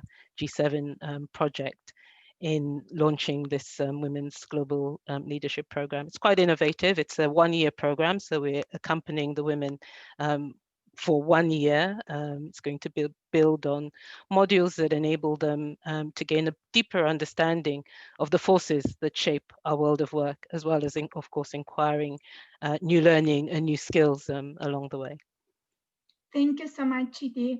So we discussed a little bit about challenges, about the trends, and we also saw some important elements from different perspectives. And now I would like to focus, and since we have Ibedrola today, and it's an electrician sector, I want to recognize women interested in becoming more involved into STEM and IT and everything connected with technology. So you did the same and created opportunity for training and eventually employment of the new graduates. Can you briefly tell us the secret of why that program was successful in attracting the talent and why it's important for such companies in the electrician space? Yeah, thank you. We have a long tradition providing training and employment opportunities to graduates in the different countries. We have operations, as I mentioned, Brazil, Spain, Mexico, UK, and the US, and now in other countries also. And we have a strong relationship with different educational institutions, that is very important, and develop different local programs to improve employability of recent graduates. And one of the initiatives is connected with the opportunity of completing their studies in a work environment through internships. In this way, students complete their formal and official programs, initiate their work experience in a corporate and industry environment, and start to develop basic skills as a result of this new learning context in working, communication, achieving results, and so on. So we also are committed with the creation of training opportunities through Iberdrola Foundation. We have been granting with scholars and economical support to students from Brazil, Mexico, Spain, and rest of the countries, as I mentioned, that are interested in completing their master degrees in different STEM fields like big data, cybersecurity, renewables energy, or energy efficiency. And this is a great opportunity as far as they not only complete their academic background, but also consolidate their present and the presence of women in the STEM fields. As 52% of women granted in the edition 2020-2021 confirms, and 46 women granted that have finally joined our company since 2018. Specifically consider that those are male-dominated studies or industries, as you mentioned. And another initiative we are very proud of is our women's electrician in Brazil. And stimulating the presence of women in an activity that is still seen as masculine not only increases the opportunity in the job market, but also supports the constant search for equality between genders. By expanding female participation, we broke with social standards. I think this is important. So our practical experience reveals that to encourage interest in the role of electricians, women first need to feel represented. To encourage the commitment of students, Neoenergia, that is our Brazilian company, showed real stories of women already working in the company. Currently, we have 36 women electricians, and they have been trained through our mixed classes, and they are hired, and they receive, of course, same wages and benefits as the female workforce. Thank you, Angeles. And I think it's important that from the management perspective, also you are advocating their voices, you are advocating the training, and you are speaking and sharing. So it's a very good example, and I think good to be replicated in other industries. And you mentioned something, you said represented and the voice. So Shelley, in your work with Black Girls Venture, you often speak about the importance of such skills and personal branding, leadership, and soft skills like confidence. Why these skills are becoming more and more important today, and why we need to pay attention to this aspect along with also creating the policies and the training opportunities. Yeah, I would say that like leadership development, these skills have always been important. I don't know that they're just now becoming important. I do think that, you know, in the age of technology, there's a lot more transparency. So we're able to see where women have not been able to be in places that we've been locked out of, where we historically couldn't just see those things as transparent. So, you know, there's research that says when women look at a job, at the job description, they want to make sure they meet at least 90% of the things that the job description says. Whereas where men look at a job description, and if they meet like 2%, they apply, right? And so I think like we need to build these skills up in women, build up confidence, just because society has not necessarily provided the most safe and productive space for women to feel like they can move into leadership. So as we now in the age of technology as well, we can kind of take some of that onus on ourselves. But I want to be careful too. And I love what Chidi said about people creating programs that then in turn actually are not productive for the people they created a program for. Because I think when it comes to the conversation of confidence and leadership, we keep pressing women to just do it. We be more confident, be more, and that is the way the change is going to happen. I think it has happened from both sides. So I think there has to be leadership development for women, confidence training, confidence coaching, and that kind of thing for women. But there also needs to be another kind of leadership development on the side of these upper level managers who have not developed to open their minds and their pockets and their job opportunities to women to be in leadership. So I would, you know, throw out there that leadership development is going to have to look different. And that it doesn't just mean the woman who needs to be more confident and be a better leader, but it also means the person who is already a leader that has not done the best with diversity and inclusion becoming a better leader. And leadership development is more important now than ever, because both of those kinds of leadership development are going to be so necessary if we want to see change happen. I love what you said about investment, because if leaders and the companies investing in their employees, also you see the results. So it's not about only, you know, sharing the confidence and the spirituality of this, but also working what you are praying for and what you are pitching for. So I love a conversation, but unfortunately we are almost at the end. So Miki and everyone, I would like to briefly go and here's a challenging question. What is your prediction of a top skills for 2021? And what will be one recommendation that you will maybe give either to women employees or to a young woman who would like to enter into the employment area right now? So Miki, over to you with those 5 skills. Sure. So I don't know if I can list all 5 skills, but at least like a couple. But the top one being the self-confidence. So this is based on the latest research research that across 12 countries about women entrepreneurship. Because women entrepreneurship is also where we see that there's still a big divide, and we see we need to see more women entrepreneurs. And what really hindered the women to become entrepreneurs? The top one was ranked was self-confidence. So that's the most needed skills from women's perspective. So that is most critical to successfully running a business in most countries, particularly in Asia too. But unfortunately, so aspiring women entrepreneurs are less confident across all of the 12 countries in our research. So, for example, less than half of women surveyed said they had access to mentors or supportive social groups. That's also hinders their self-confidence. They need more access to those networks. And also, about 80% of both current and aspiring entrepreneurs were interested in learning and improving their skills, but they don't have access to those skills. That again hinders their self-confidence. So there's still those huge skills gap which we need to fill. That can, at the end, drive self-confidence for women to advance their careers or to start their businesses. So that's what we found out.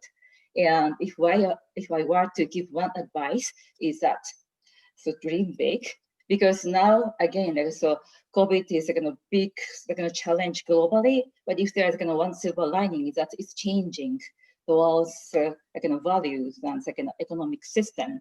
So, and also digital is becoming really prominent, which means you have access to your potential users or customers through digital. So that is going to create a new opportunities for anyone to utilize and start something new. And so changing dynamics and changing the values, you can dream big and you can start something really interesting and make a huge potential success. So that's my recommendation. And thank you so much, Miki. Chidi, what would be your one-two skill and a recommendation? I think again, similarly, I would have trouble just picking five skills and predicting into the future. But I would certainly agree that soft skills are, extremely important in this day and age. Miki mentioned confidence, and indeed, with our Women's Global Leadership Program, when we asked participants what was the one thing they would want to develop further, it was around this issue of building their self-confidence. There were other things that came to the fore. Resilience is another soft skill that's going to be so important for us right now and into the future. And I'd link to that empathy and other skills linked around emotional intelligence. Digital skills, of course, are hugely important. They were before the pandemic. The pandemic has heightened the significance of that, not just for professional development, but also for personal development. So many people risk being excluded if they do not have not only the access to the technology, but the skills to effectively use the technology. And I would say, again, going back to the issues of soft skills, these are hugely important in some of the sectors that we have seen are vital, not only to sustaining our social life and well-being, but also sustaining our economies, so our health and social care sectors. And they can transfer from those sectors into other sectors, including in the private sector angle. So I would say, yeah, for me, that's what I would see looking into the future. Thank you so much, Chidi. Angeles, one of the chat is going on, and I'm trying to keep an eye on that. And a lot of participants are saying that mentorship is a key one. And I was thinking about this in connection with the programs that we are developing. But please tell us your prediction and a recommendation from your end, Angeles. Yeah, to be very, very short, very brief, I would say that I subscribe many of the words of Miki and Chidi, resilience, digital mindset and skills, and of course, soft skills in a wide sense. And I would add analytical and critical thinking that will be very important to position ourselves in this complicated world and to have our own opinion, our own voice, and keep in mind our ambitions. And I would like to give a recommendation for women that, in my opinion, could be keep your curiosity alive wherever you are and whatever your situation is. Learning something new will help you to see things you were not aware before and consider opportunities that seem so far away in the past. And a final recommendation, and this is my personal touch, is don't give up your ambitions. Don't give up your ambition. Thank you so much to everyone, to Miki, Angeles, Shelly, for their participation. So Shelly, over to you to conclude this from your end. What is those skills from your end and one recommendation? Yeah, so I think those skills are ingenuity and creativity. I think right now where people are at home, they're managing children and work. You know, they're managing relationships in a way they've never had to. They're managing family dynamics in a way they never had to. So right now, being the ingenuity and the creativity is gonna be hugely important. Problem solving skills, people who can create a process and be able to move through that process really quickly. And then for more hard skills, learning to code. So learning to code actually creates confidence because you get to make something work that is not necessarily dictated by other people, right? So you get to make a machine work. There's something that happens there with learning to code. So I would say, and as a computer scientist, I'm an advocate for that. So I would say learning to code, sales skills is also kind of soft skills and hard skills, you know, is in between. But learning to be able to talk through, push people to a point, have conversations in a way that is inviting, that also, again, it's kind of outside of you. It does create this muscle of confidence for even if you're not ready to tackle all of your personal confidence things, you know that you can get a product or service in front of you and be able to have that conversation. That's the kind of skill that I don't think we focus on as much sometimes. And then community building and civic engagement. So organizations and leaders who focus on civic engagement is going to be the key. And I think community building as a skill and networking, finding your tribe, because the mentor challenge is that the mentors don't fall out of the sky. You know, when the student is ready, the teacher will appear. So sometimes you have to identify who that person is for you and actually go to them. So I think that, you know, one recommendation is to try other ways of getting jobs. Don't just submit and wait. You know, be relentless, send videos. I've had employees that we hired send me a video response and nobody had ever done that. And so I was like, oh, well, I'm going to listen to your video just because you took the step to do so. Don't be afraid to interview the person that's hiring, you know, set up calls, say, let me ask you some questions, right? Instead of just waiting to be on the other end of that. So I think that ingenuity and creativity around getting access to all the things we need access to is going to be the key. Thank you so much, Shelley. So I was thinking how I can end this, and one word comes to mind. It's a revolution of education, of learning and skills development. And it's not a revolution, but it's something new is coming, but it's a revolution in the sense of looking at the skills from another perspective, from the perspective that you didn't see before, and from the perspective that it will help you to understand what to do next, where you can find your niche and the opportunities. So thank you so much, dear panelists. Dear participants, please follow all the panelists because they always have interesting opportunity and interesting things to do. And as I was mentioning at the beginning of the panel, we launched the WEPs Learn. We would like to mention, since a lot was about confidence in the last 2-3 minutes, that our first booster is Boost Your Confidence.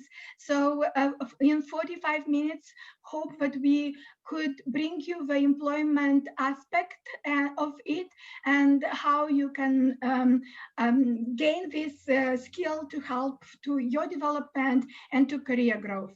Thank you so much, everyone. And I also would like to thank European Union and Google Women Will for generous support.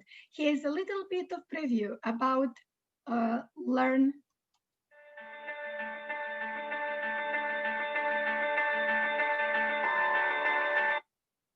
Oops, I'm so sorry, everyone. It seems that I need to have my technical skills improved.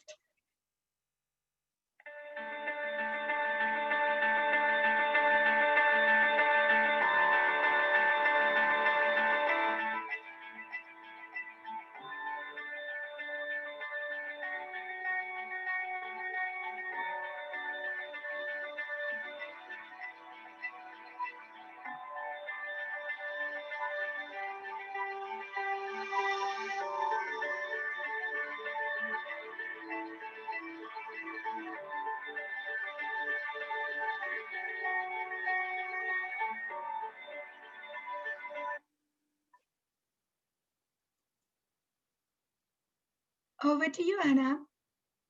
Thank you so much, Diana. And I actually, I think there are two key words that I picked up from the conversation, and that also transitions into the next session that we have. It's curiosity and empathy, being curious about people around you and be empathetic to them and to their situations, because only then will we be able to get out of this pandemic and really kind of be there for each other. So solidarity, I didn't hear that, but I think that also fits very well into the conversation. We want to show another video that we have received from people in Africa. We showed earlier the Canadian woman, and we had a few women speaking and men speaking to us from Asia, and now we have Africa, and a short video that really shows that our messages for gender equality have no borders.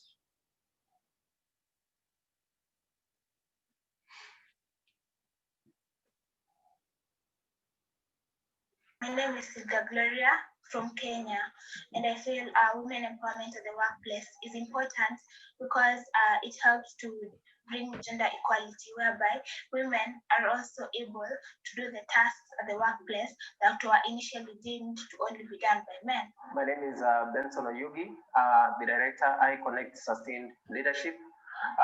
We stand to promote the 7 principles of women empowerment.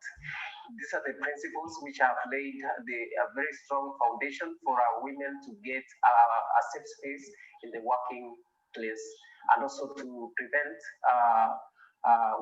the violation of women rights in our country and also in Africa. Hi, I'm Roslyn from Liberia. I represent Action for Girls and Women Survival. I have a bachelor degree in sociology, and we are grateful for women empowerment principles.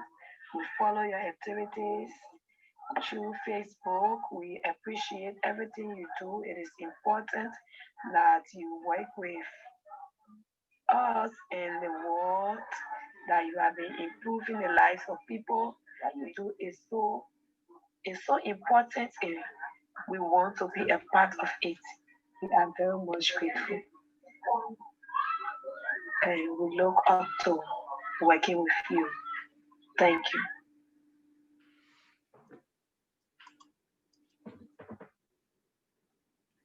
Thank you very much. It's always so inspiring because it means that what we talk about today will be heard across the world. So I'm so excited about introducing Henriette Kolb, who will be leading the next session. We have been working very closely on a report. We worked together in sending out a survey to companies across the world, and we received many responses that we have compiled into a book that really talks about how companies across the world have responded to the COVID-19 crisis and how they have developed targeted interventions to really support women and to promote gender equality. So Henriette, over to you to lead the next session. Thank you so much, Anna. And whoever thought that 2 bureaucracies together cannot be fast has been proven wrong, because this publication has been produced within 7 weeks, and I'm incredibly proud of that. Huge thanks to start with goes to Nancy and Stephanie, who are also joining us, and to Rodaba from my team. So with that, and talking about solidarity, we are 2 hours almost into talking together this morning around women's economic empowerment. So before starting with an amazing panel, let me just do something in order to make sure you are still awake and still with us. So if you all raise your hand, and we're doing a little wave across the world, because we have countries all over. Pamela's, come on, Sama, and Anna, and Carla, exactly. Great role modeling, and Diana is also moving. That's awesome. All right. I didn't tell you that in the panel brief that we're kicking off with a little wave to everyone in the world, but I just think moving our blood and staying physically engaged is really key.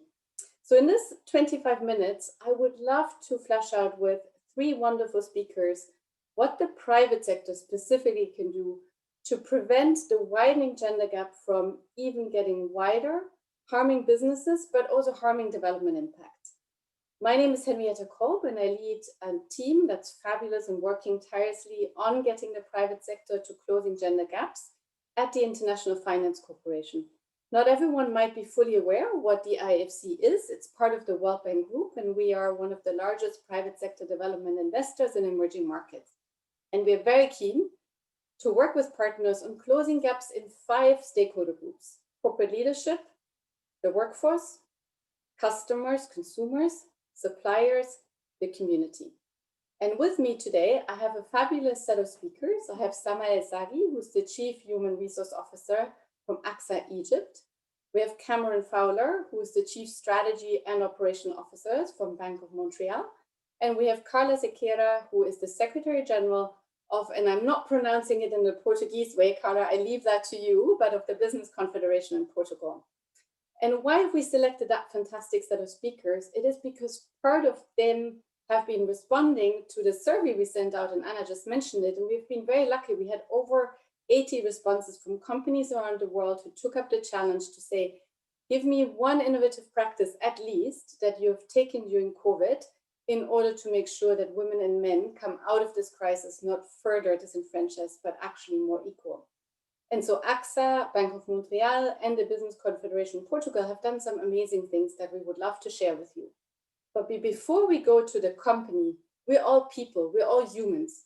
So let me kick off with the questions around leadership, because COVID really asks us to lead differently. And some of you have mentioned that, to be more resilient, to be more courageous, to think differently around employee needs. So why don't I kick off with Cameron and say, can you give me just one example, Cameron, how over this past 9 months you have led differently?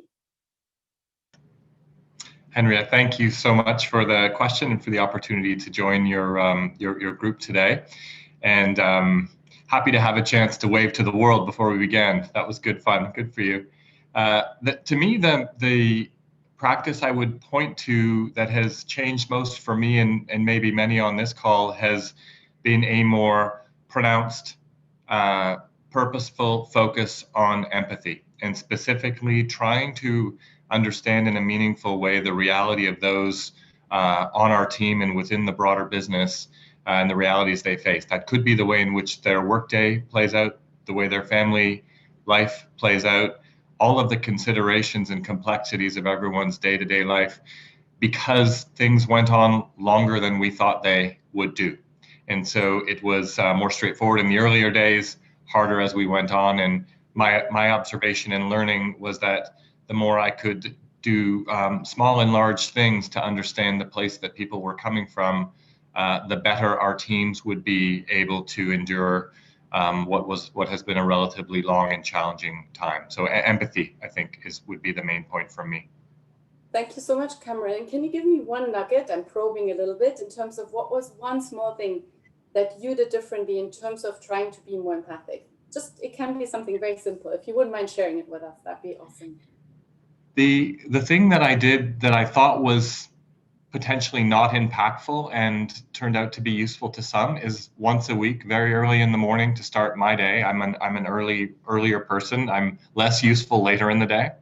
Was to make a list of everyone that was on my mind and drop them a little note that just said, I'm thinking about you. How's it going? What can I do to help? Frequently, there was no action to come out of it other than one more touch point in someone's day for them to know that people actually really do care about them and what they're doing. So it was a proactive email to say, I'm thinking about you. How can I help? Check in. Thank you so much. And I think it's so powerful because it's not transaction focused, right? There's nothing that you wanted in return. It was just a simple message to say, I'm with you. Don't feel isolated. Here's my thoughts. Wonderful. Thanks so much for sharing that, Cameron. Really inspirational. Sama, going next to you. You as a person, we'll come to AXA because AXA is also terrific. But you as a person, what has been the one thing you did differently? And you need to unmute. You're still muted. Just, it always happens to every one of us. There we go. Thank you very much, Henriette, for the introduction, and thank you for the invitation. Talking to you now from Cairo, Egypt, Africa at 5, and talking about the leadership styles. In times of crisis, we all get more in touch with our humanity. I totally agree with Cameron on the empathetic leadership style. And what I have did differently is that I maybe simplified my way. I trusted people more. I empowered them more. And sometimes we had the message of let's learn from the crisis together. You try to distract their attention positively by stretching them sometimes. The only thing that I micromanaged was their physical and mental well-being. This is the only thing that I have micro managed in the past few months, and that was about it for the leadership style. Wonderful, thank you so much. And we'll come back to the mental health particular and how we can better care for mental health at the workplace and combine paid and unpaid care work in our work together. Carla, turning to you, give us one nugget in Portugal. Again, the pandemic has played out quite significantly. What have you done differently? Good morning, everyone.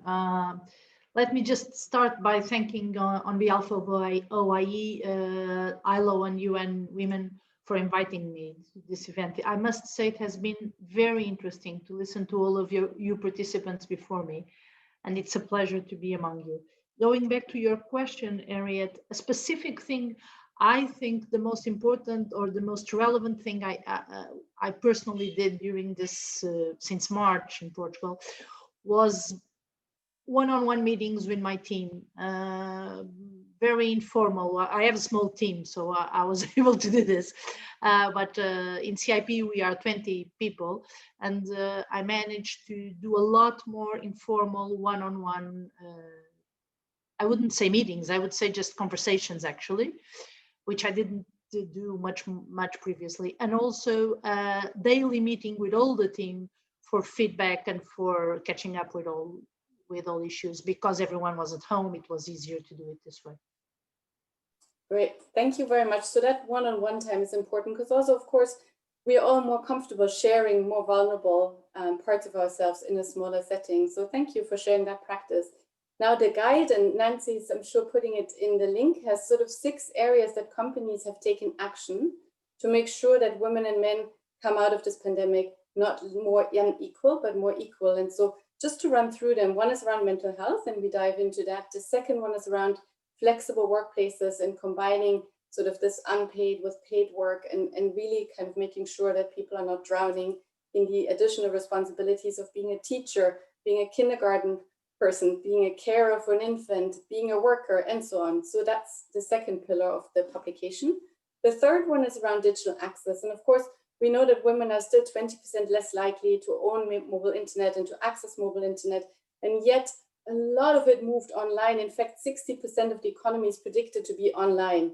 But also health, education, social protection schemes moved online. And so clearly, if we don't have equal access, a lot of the solutions leave out crucial parts of the population. The fourth pillar, and we heard fantastic panelists previously speak around that, is access to financial services. I would say not just credit, but insurance, very important to be able to better risk mitigate. Non-financial services in combination with financial services. Next pillar is inclusive sourcing. So you find excellent examples around that. And then last, but certainly not least, is gender-based violence, both building safe workplaces online, offline, and in the home sphere. So these are the 6 sort of pillars that any one of you can look at and really take inspiration from. But now let me turn it to actually talking about banking to Cameron. And Cameron, if you wouldn't mind sharing with us one particular innovative measure that actually the Bank of Montreal has taken during COVID, and tell us a little bit more about it and what have you learned? Thank you very much. One of the areas of our COVID response that we've been very proud of has been specifically the launch of a program of grants for women-owned businesses. And we have for a period of time at BMO prided ourselves on working towards a thriving economy by doubling our commitment to women-owned businesses and doubling the amount of support we give them.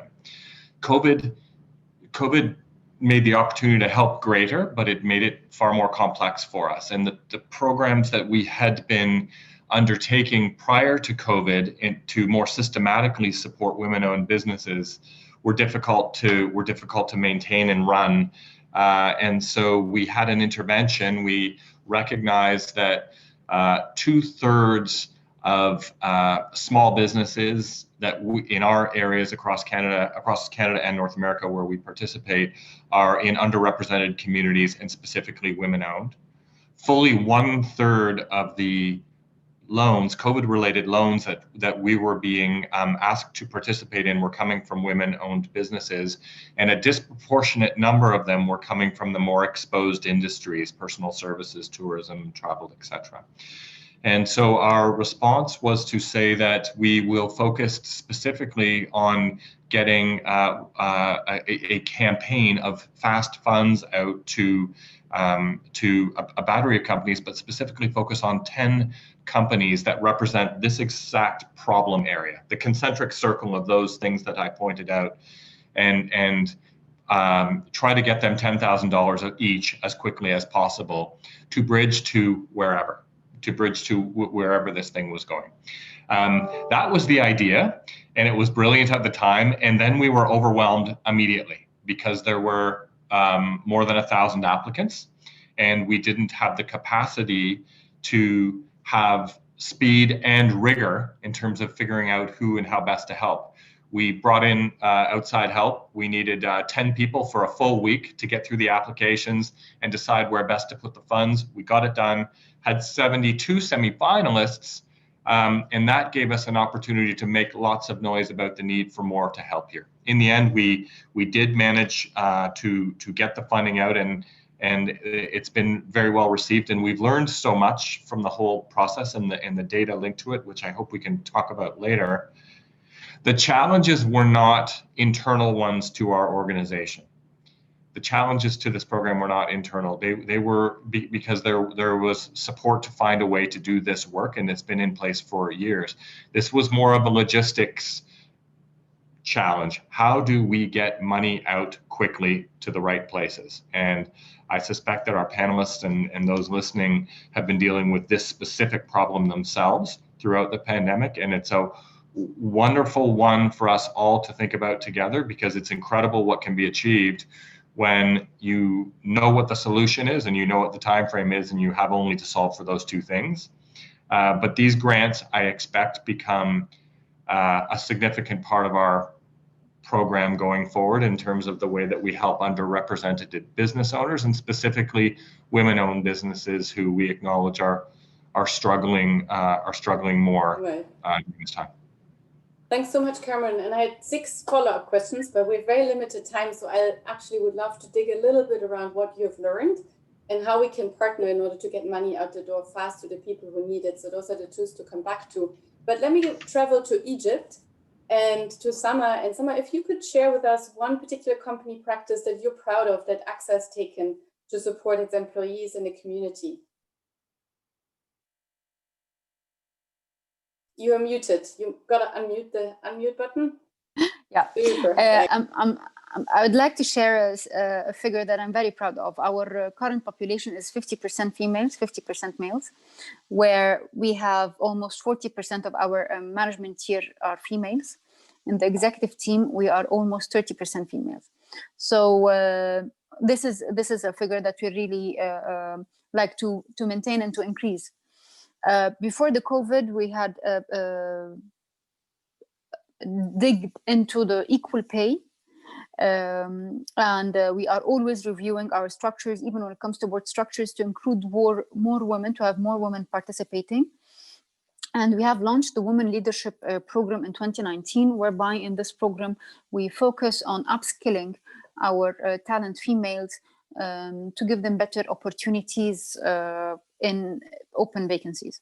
When the COVID started, we knew from the beginning it's not going to be a sprint, it's going to be a marathon. So we needed to upskill our programs and our people to be able to run in this marathon. We launched a mental health strategy. We launched the work from home policy, where we had special arrangements for working moms, especially, or females looking after elders.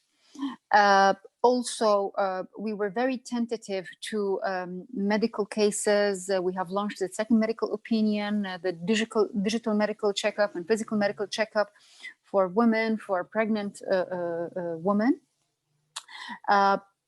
The program that is really, I would like to share with you today is the Employee Assistance Program that we have launched in the help of our provider, ICAS. In this program, you have a support 24/7 across the year, from mental, psychological support, physical support, nutritionist, legal support, all kind of support through professional help, where you can contact them, whether in your native language, in English language, and they will get back to you. They can get back to you with ideas that you can do with your kids at home, how to balance your role as a mom at home and as a female executive at work, psychologically. We have very high participation rates in this program, although we're one of the few companies that has launched this program in the Middle East. Please let me know if you have any questions about this program. But this is one of our programs that we have pride in sharing with you today. Thank you so much, Sama. And I am curious, just a quick follow-up, and then turning to Carla. In terms of the response, so you were saying you were, kind of for the first time, I guess, more explicitly caring on the mental health side. What has the response been, and would that mental health line also be open to men in the company? And where was the uptake higher, on the male side, on the female side? Could you just illustrate a little bit around the response, or was it quite taboo? Okay, the idea of talking about mental health in our culture is a taboo. So if you see a psychiatrist, you don't say that you say psychiatrist. It's a taboo. You don't talk about that. We have tried to educate our people through sessions with internal colleagues and doctors that it's okay not to be okay. And we have started to do check-in surveys three times last year with a simple question: how do you feel, from 1 to 5? And we can help you to upskill this feeling, to distract this energy to a better area, to be more resilient. The response from the female is even higher than the males, because this program is not only opened and accessed by employees, it's accessed by the families, the spouse and the kids for employees. So we can see that the mom is the one who is handling, is more attentive to problems when it comes to the kids. So she's the one who's going to talk to a psychiatrist if her boy has a problem.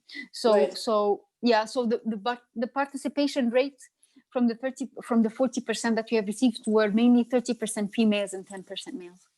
Super. Thanks so much, and great sharing. Thank that you. It's also for the whole families. Carla, turning over to you. Give us an example and a flavor of what it is that the Federation has done to support businesses through this really particularly difficult time. Thank you, Henrietta. What I can tell you, we've done several initiatives regarding COVID specifically. CIP, we are a small organization, so in 1 week we had to rethink all our activities, send all the team to telework, and more importantly, support our members and Portuguese companies in general to cope with the crisis, and to ensure that government took into account the needs of companies and the importance of maintaining the economy working. It was a little bit of a chaos, and we had to help everyone tackle with it.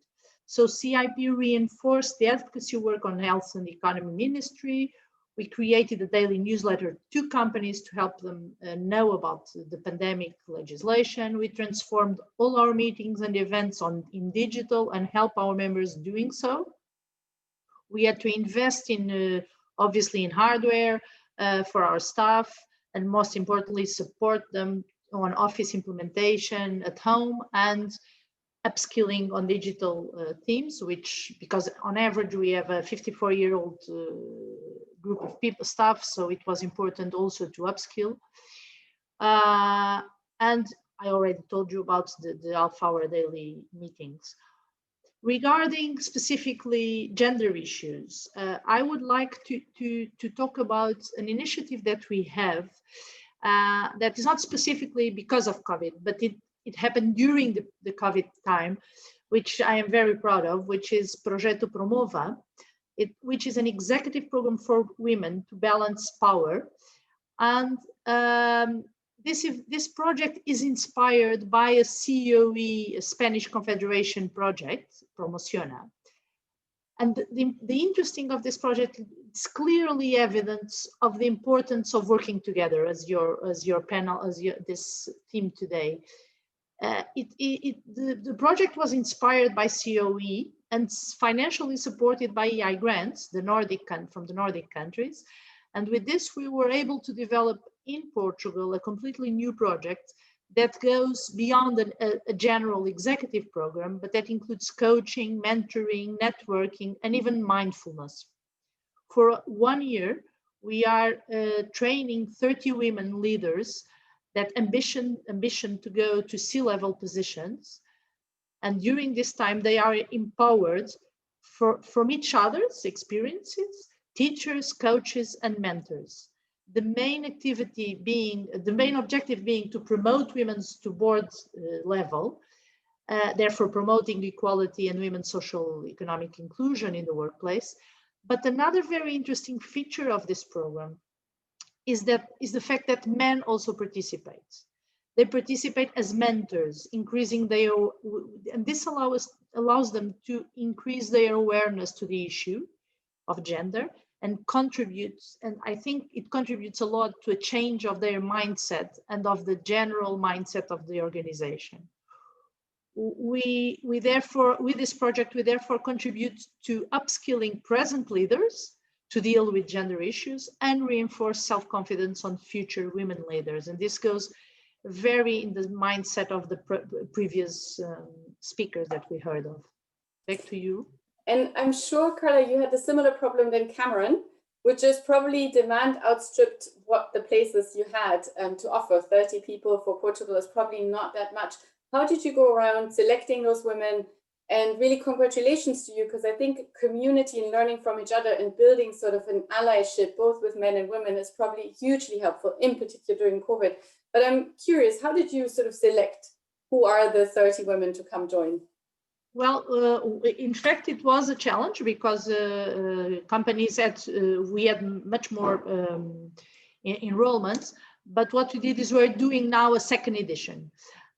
This second edition, it's very interesting because this second edition is no longer financed by EI grants, but we were able to get financing from companies that participated in the first edition and told us we want to help to continue this project.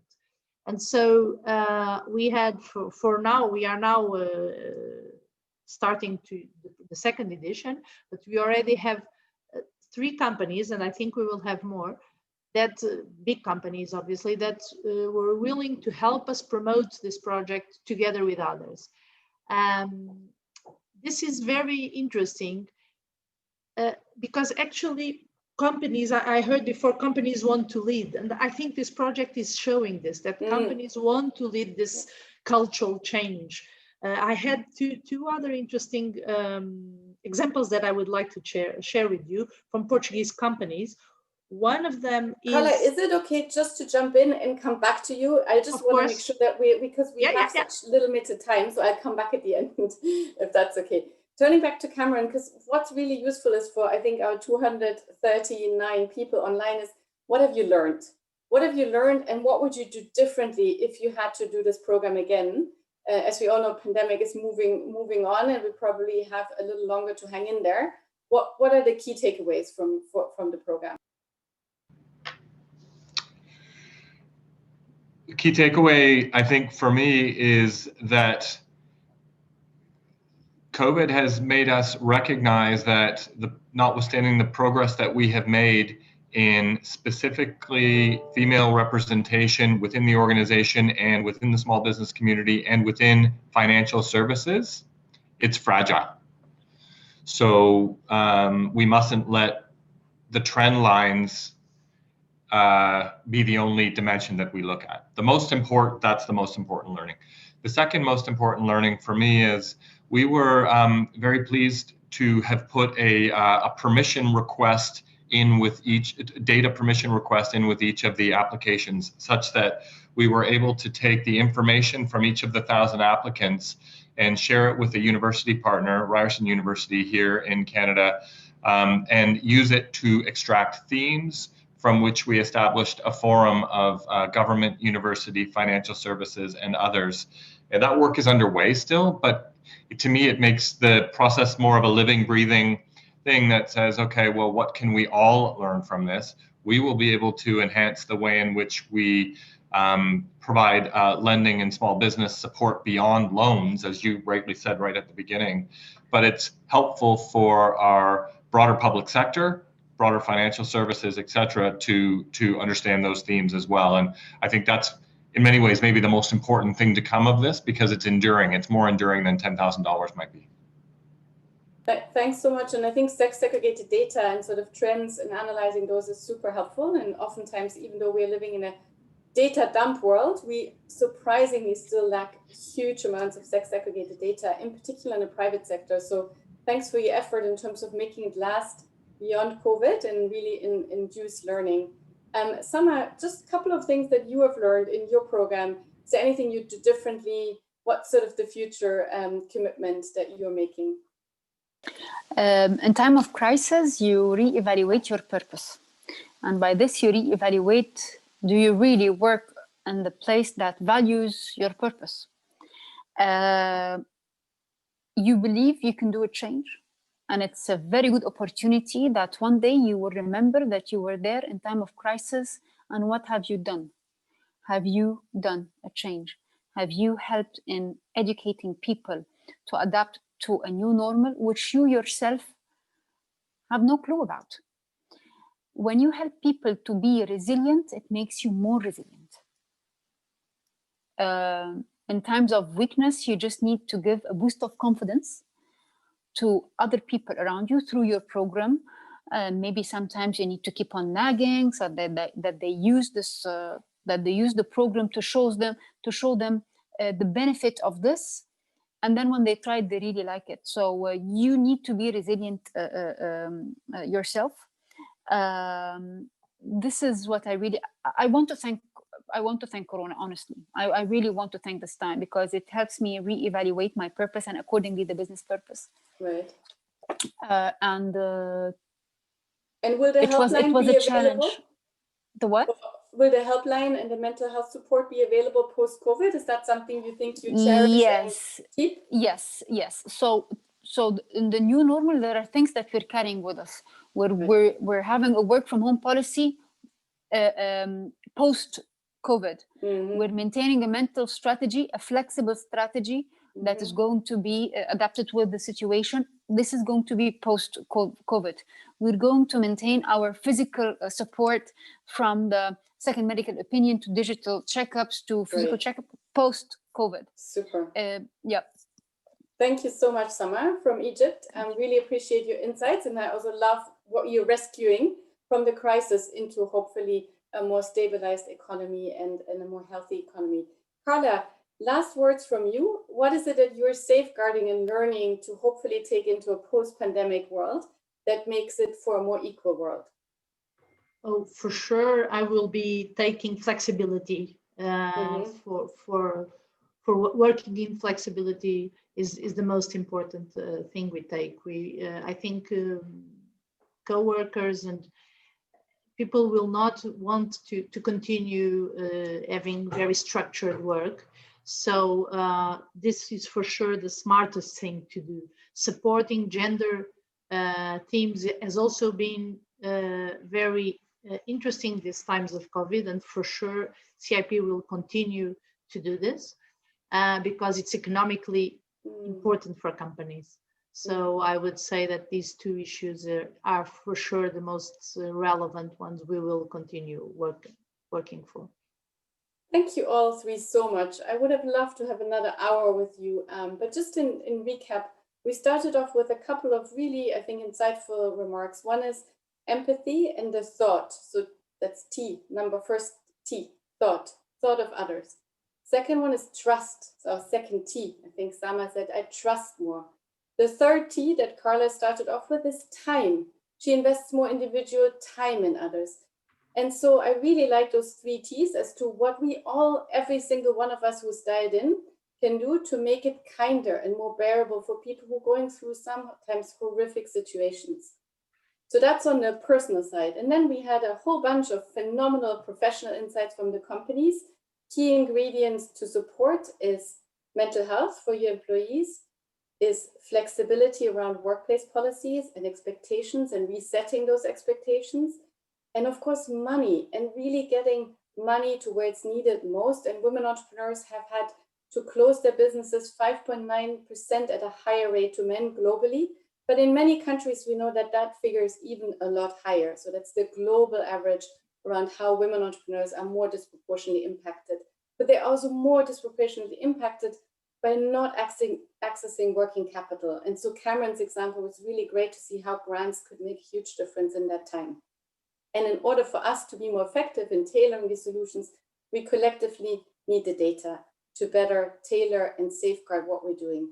With that, I really would love to thank you all. And instead of doing a wave, everyone on this call, 231, just let's do a visual applause.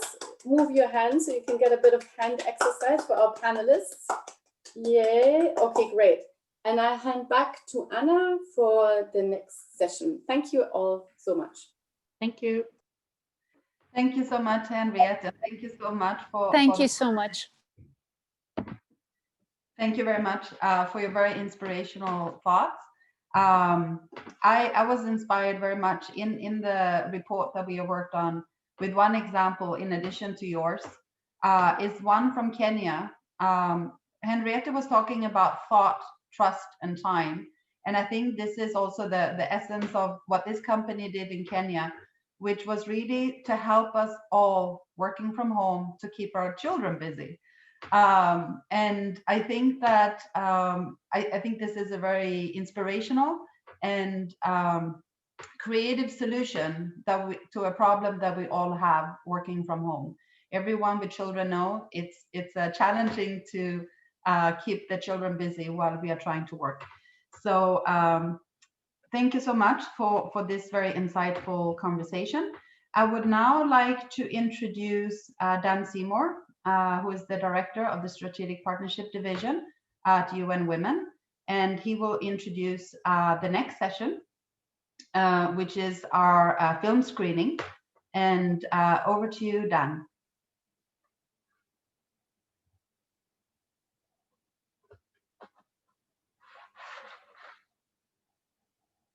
I think the sound is not coming through.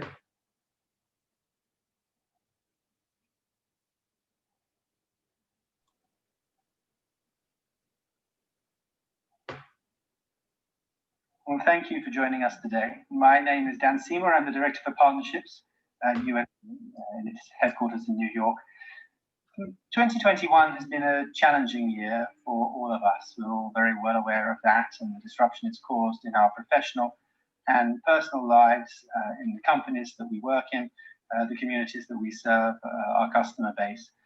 Given all of that, I think it is remarkable how much has been achieved in 2021, despite those disruptions, challenges, and headwinds, for the cause of gender equality that we are all aligned to. And today's forum will be a testament to that and the power of partnership.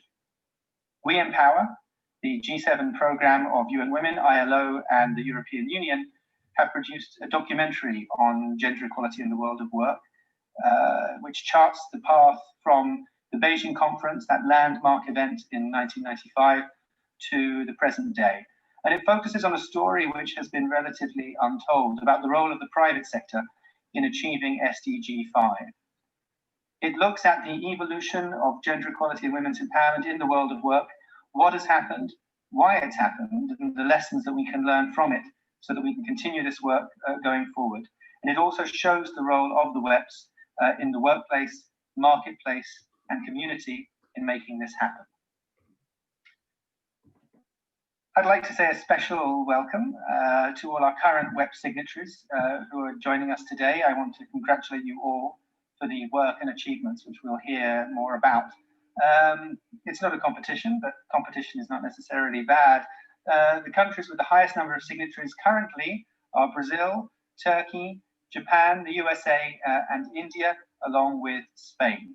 And we're hoping that in 2021, maybe we'll see a little bit of churn in that top 5 list as other countries manage to generate that critical mass of companies that are talking about, adopting, and adhering to the WEPs. And it's really important, this national level activity, so that we're not only engaging multinational corporations, but also national, regional, and local companies that have such a massive impact on people's lives, not only as employers, but also as providers of goods and services. The WEPs are an important tool, and signing them is a big step, but signature alone is not enough. We know that WEP signatories need to hold themselves accountable and to measure what they do as a prerequisite for that accountability. And that's why UN Women and the Global Compact together are encouraging firms of all sizes in all countries, industries, and sectors to take that decisive step towards gender equality, towards SDG 5, by signing and following and adhering to the women's empowerment principles. And we know from experience that signing the WEPs allows companies to galvanize their shareholders and their stakeholders to drive change for gender equality. Our WEP signatories are recognized around the world as role models, and that helps with attracting talent, entering new markets, serving communities, and measurably improving the bottom line, because there is no incompatibility between the pursuit of gender equality and that all-important bottom line. But we do all need to take the next step. Signing the CEO statement is not enough on its own to move the agenda forward. We need to be, as I said, accountable to that WEPs framework and transparent about the gender equality results that we generate. Before I hand you over to the documentary, I hope that those who haven't signed the WEPs already that might be with us will be inspired when you see it, will be inspired by this event and what you hear from the various colleagues and partners involved to sign the WEPs yourself. Those that have already signed it, I hope you will be inspired to do more, to make further steps, to really align your business and your work with the principles of the WEPs and the principle and the standard of gender equality and SDG 5. As leaders and as citizens, each of us has an essential role to play, and as a result, a corresponding duty to challenge those unhelpful gender norms that hold us back and make game-changing and truly transformative progress for women and girls. Ensure that no one is left behind, and that finally we can unleash the full talent, capacity, and potential of our workforces, our communities, and everyone around us. So thank you very much, and I really hope you enjoy the documentary that we have prepared for you. Thank you so much, Dan. And we're very excited about this documentary. It will be 15 minutes long, and I hope it would really help inspire further action in this area. Thank you.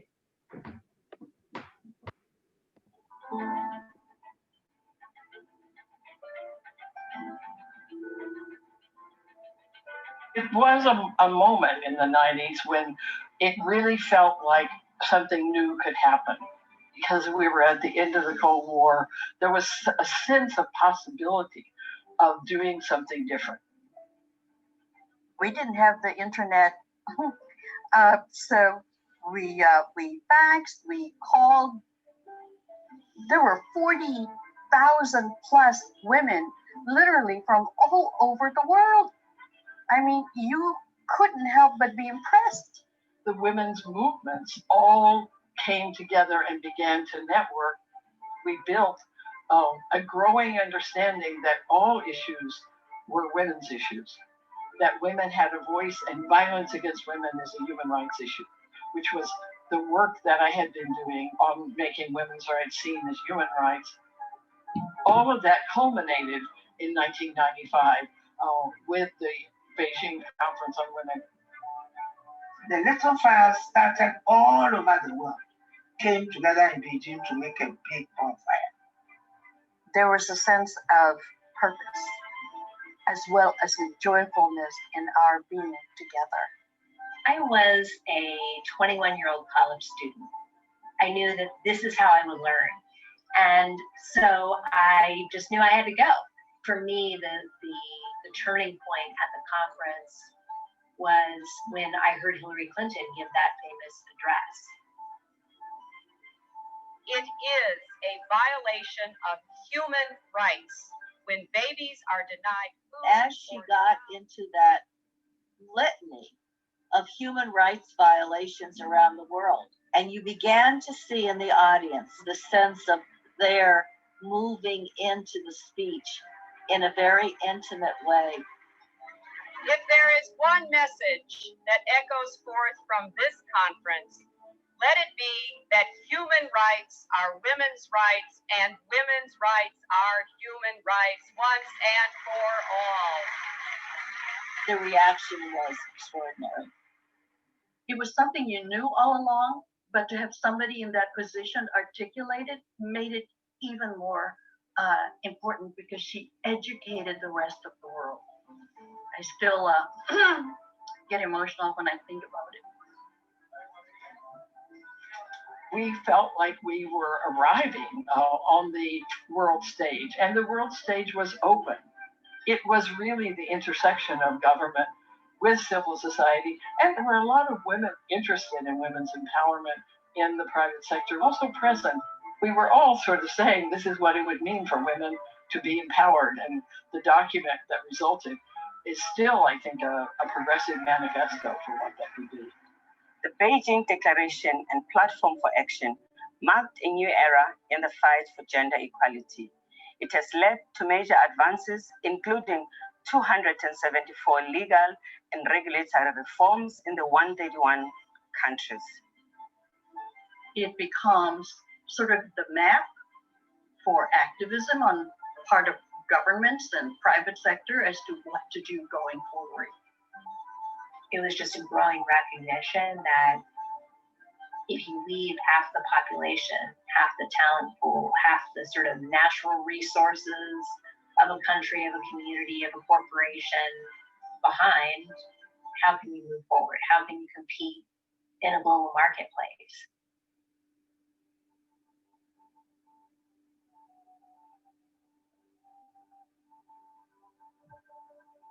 There's been a lot of change as a result of going to Beijing. Women have found a bigger voice, and now they have the courage to speak out. It's been 25 years since the Beijing platform and call to action. More businesses, more companies are getting engaged in the women's rights and gender equality agenda. While progress is being made, it's simply just not enough. The pace of change is slow, and it is risking pushing us back and making us lose some of the gains that we've made. We need bold, big, and faster steps that whatever progress we make doesn't make a difference.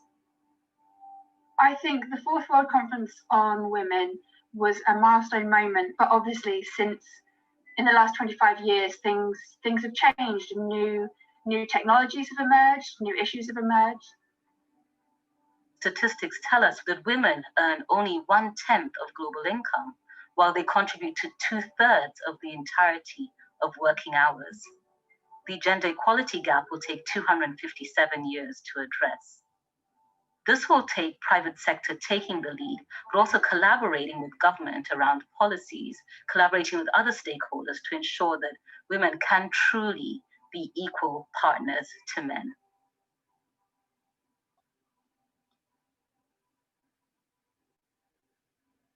Women and the economy go together. What we've seen over the last 20 years is a steady rise in women's entrepreneurship. Women have never been shy to start a business. In the US alone, we see that Black women in particular have created businesses at a rate 3 times our actual share of the population. We have no problem getting started. The problem is actually keeping the doors open and scaling. Only 2% of venture capital are going to women. So one of the things that these funders really need to do is go out of their way to pull women into the circle. It's making sure you're not funding the same people over and over and over, making sure you're funding people that don't necessarily look like you or are not in the same zip code as you. We tend to, as humans, stay within our own circles and what we're comfortable with. And quite frankly, investors can be lazy. I would say they're going to miss out on a ton of amazing companies that are going to be built. Women have that ability as small and medium-sized businesses being that critical force in the economy, we need to invest in them.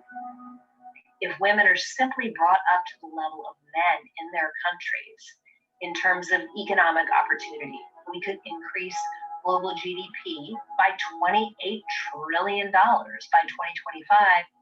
We can debate emotions and feelings, but you can't debate numbers. They stand for themselves.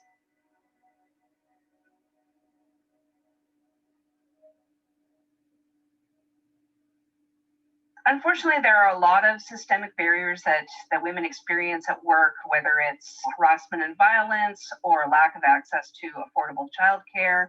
But one of the most challenging barriers is wage discrimination. When jobs that are typically done by women receive a lower wage because they're less valued than the equivalent type of jobs that are done by men. Women have traditionally played a greater role in caregiving. If someone needs care or if there is an economic difficulty, they are often the first to have to give up or lose their job. Many women are dropping out of the workforce because often their husbands don't have the option of doing any caregiving. And when there's caregiving to do, it ends up falling to the woman. Caregiving leave has to be gender neutral. I think it's very important to recognize that having women involved in decision-making results certainly more inclusive and more sustainable outcomes. When I first started leading missions, I realized that people frequently asked me whether I was the interpreter. Why did they ask me whether I was the interpreter? And so I realized that being a woman, it means that people do not easily see you to start with, let alone that they see you as the leader. For meetings and missions, I started to wear a colorful jacket, not a black suit. I also started to walk explicitly up front when entering a room. I had to become a little bit a different person, but I have to say they work, which shows again how strong these unconscious biases really are. And I try to convey that also to my colleagues, that in order to overcome or to avoid unconscious biases, you may need to give it an extra push. Because of the continuation of unequal power in our society, if we want to make sure that men and the organizations that men control don't block change that we need, we've got to engage those men to support women's rights. There is more external pressure on the companies to promote diversity nowadays. The leaders in the private sector are recognizing that their business model cannot sustain itself in today's environment. And so they have to do something about it. And so it may be slow, but it has to be sustainable. And in order to have anything sustainable, you cannot isolate women. There is an important business commitment to make gender equality a reality. The big challenge as we move from awareness raising is about bringing those commitments to the biggest part of the economy, which are SMEs. So collaboration also at that level is absolutely critical. Women are now calling for a leapfrog to 50% representation or parity in all spheres, including cabinets, corporate boards, and throughout the economy. I think that it's wonderful to measure things because what gets measured gets done, and you actually have a lot of transparency then in your company. 10 years ago, UN Global Compact, together with UN Women, launched the Women Empowerment Principles to provide a guide for how businesses could incorporate issues around women's rights and gender equality through the entire business ecosystem. I've really watched the WEPs grow from an idea to, I think, one of the moving forces in the private sector advancing women's empowerment and gender equality. We've gone from a situation 15, 20 years ago where only a handful of businesses were even interested in this, to a point now today where a business that doesn't get what advancing women and what gender equality can do for it is now seen as a laggard. We've all got the SDGs out there as our North Star. You can have that goal of number 5, which is gender equality, but that doesn't really tell you how to achieve it. Whereas the women's empowerment principles actually let you think about how to make the change happen across a whole range of measures. Applying the women's empowerment principles are a matter of smart economy. Governments and companies really have an interest in promoting women economic empowerment because they can achieve better results for everybody.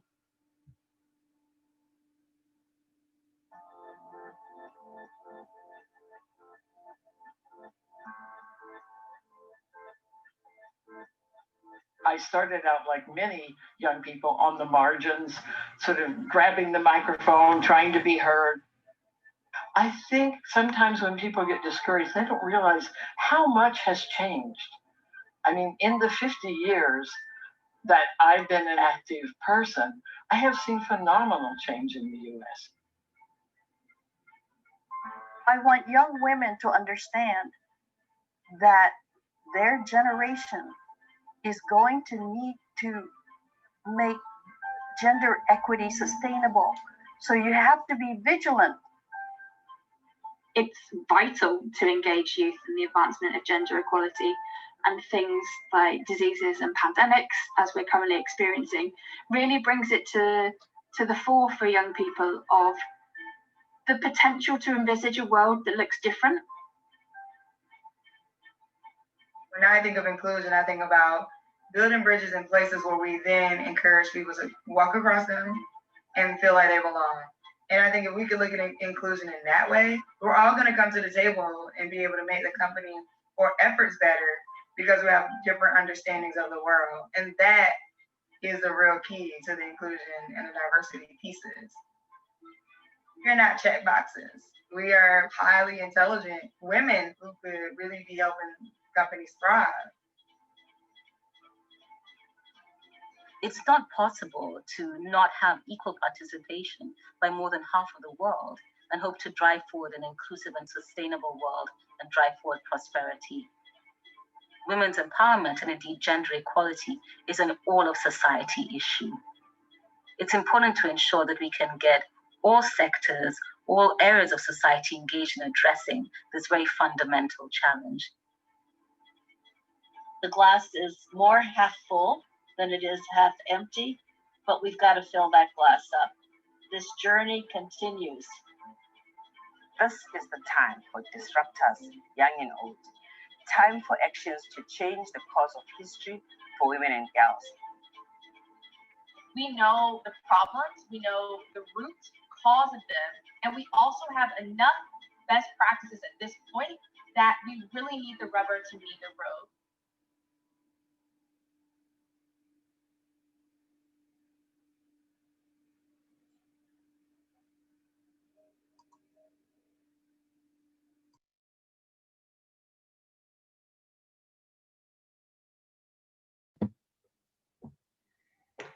So thank you so much, everyone, for your feedback in the chat box and for complimenting this documentary. I would like to take the opportunity to thank Sarah Greil, our film director, and Diana Russo, the film producer. I think one message in the film is really about the role of the private sector, but also the role of young people, young women and men, to take these messages forward. We have created this documentary not to forget that moment in time in 1995 when it was established once and for all, the women's rights are human rights and human rights are women's rights. And we want to bring this message to the young people. And today, we are now moving into the final session of today, where we have a youth jury, because we think it's important that women are part of the process of selecting and determining how we want to see the future employers. what we'd like them to do. And I'm talking about myself as part of the youth. And they have selected the winners for today's award session and for the 2020 G7-EU Award. I would like to hand it over to Maral to talk a little bit about what the award is about, and then you can take us forward, Maral. Thank you very much, Anna.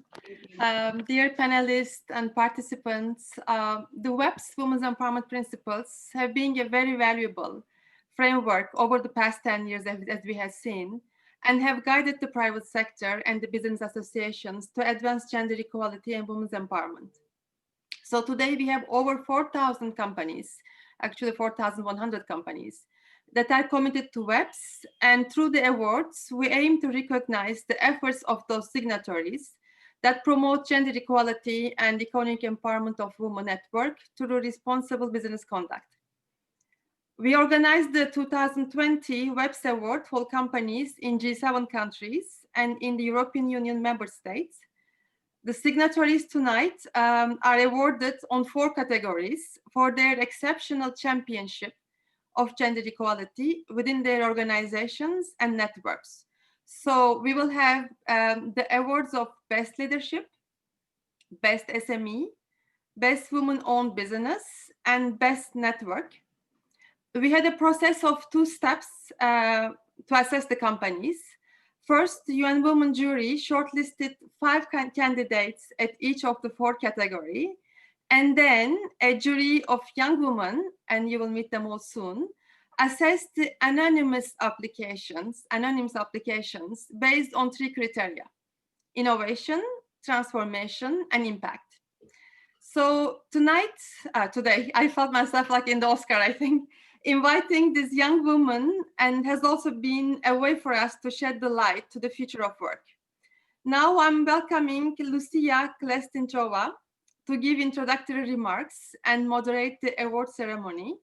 Lucia is the policy assistant to the Director for Competitiveness and Brexit coordinator at DG Grow Internal Market. Over to you, Lucia.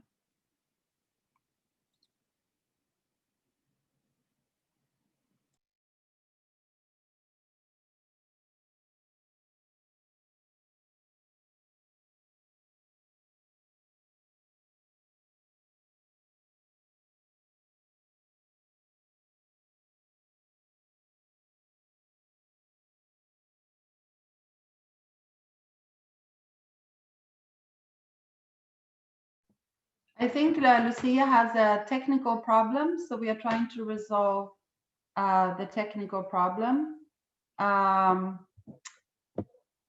think that we had some inspirational remarks from her and from the European Union. So I think that, let me just see if we can find her, if she has managed to connect. I know there's a lot of excitement around this session. So I'm wondering how we will resolve this and not lose the excitement.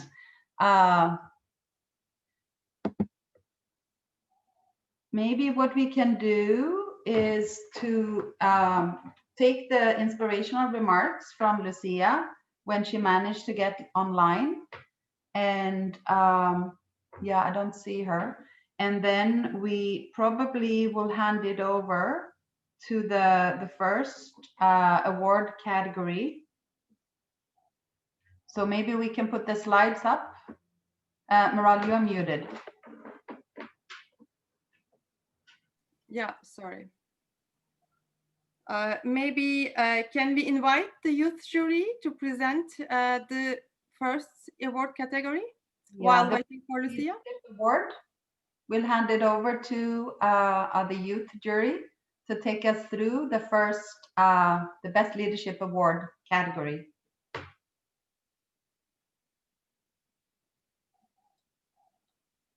So I'm inviting Carla and Martina, our grade 2 colleague from the youth jury, who will present the awards for the category Best Leadership. Over to you, Carla and Martina. Martina, over to you.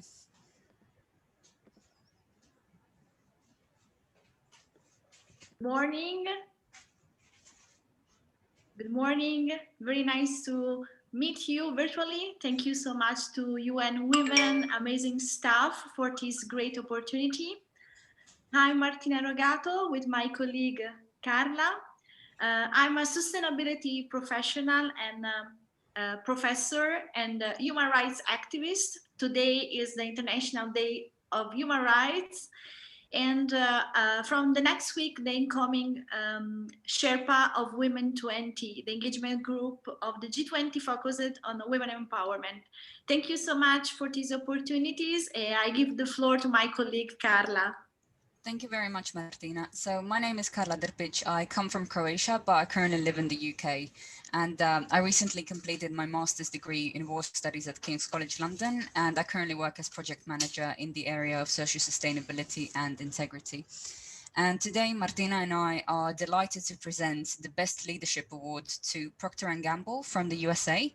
And on behalf of the youth jury, we'd like to express our sincere congratulations to the winner. But just before we explain what stood out for us in terms of this application, we would also like to present the honorary mentions in this category. So the two honorary mentions go to Annie Cannons from the USA and Spona Code from Croatia. So big congratulations to those two companies too. Now, the reason why the youth jury selected Procter & Gamble as the Best Leadership Award winner is because their application showed tangible and large-scale commitments to gender equality. So, for example, they invest more than $1 billion each year with women-owned businesses globally. They work with UN Women across various jurisdictions. Their marketing and comms are gender sensitive, and they are launching a comprehensive, fully paid global parental leave because, as their application says, equality at work begins with equality at home. So in brief, their application addressed women's empowerment in the workplace, marketplace, and the community, which are the three cornerstones of the women's empowerment principles. And we were all very impressed by this approach. Over to you, Martina, for some final remarks now. Thank you so much, Carla. Thank you so much for your speech. And again, congratulations, P&G. We decided with unanimity to award P&G in the leadership section because we found, from a young women perspective, this project very innovative and inspiring for all the women and girls. We really also appreciate the multi-stakeholder approach adopted, involving different partners and its scalability among different countries. Furthermore, let me say, as a sustainability specialist, let me express my appreciation for including the entire value chain in this initiative. Well done. And from a young women perspective, we think that this project will contribute to the creation of new role models for boys and girls based on a concrete equality, both at work and at home. Creating a new inclusive culture is the key for gender equity and also for women empowerment. So many congratulations and well done, P&G.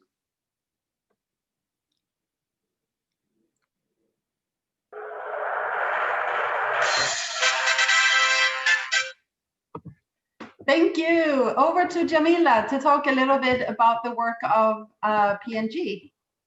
Well, absolutely thrilled to do so. So, dear esteemed audience, I am so honored to be with you all today on behalf of Procter & Gamble. Even if it's in a virtual format, we are very, very grateful to be the recipient of the Women Empowerment Principles Award. So thank you very much for your recognitions. This really means a lot to us, considering our passion, our commitment, and our hard work towards the cause of gender equality, and even beyond, to equality and inclusion for all. So this award is even more special to us because this is the very first WEPs Award, and being recognized in the leadership category is truly a very high honor. So we cannot be prouder. So thank you very much. And as you said, Anna, on this very special Human Rights Day, celebrating the adoption of the Universal Declaration of Human Rights, it's an important reminder that women's rights are human rights, as declared during the Beijing conference 25 years ago. Procter & Gamble will continue to drive positive change in the world for gender equality. It is a priority as part of our citizenship program, and we do so in a very intentional, integrated, and sustainable way within our businesses. We believe this is possible and enabled with a great tool like the Women Empowerment Principles, which help us all continue make progress within the workplace, the marketplace, and the communities we serve. We are also committed, as you said earlier, to help inspire and engage others by being a force for good in our industries, creating programs, creating processes with our collaborators, and making best practices available to everyone, and starting with our business partners. We're also very, very much excited with what is coming in the next year ahead of us, the Generation Equality Forum, which we believe will offer a great platform and an opportunity for disruptive action. At Procter & Gamble, we see equal, and we will continue to be a force for good. So thank you again for the recognition, and we look forward to accelerated progress in the years ahead of us. Thank you, UN Women. Thank you, everyone. Thank you, the youth representation. Thank you. Thank you so much, Jamila. And I think our jury members have really deliberated and talked about what matters to them, and this is what they have decided. So thanks to both of the jury members and to P&G and Jamila. Maral, would you like to introduce, I don't see Lucia online, but would you like to introduce which category comes next? You're muted. Yeah. Best woman-owned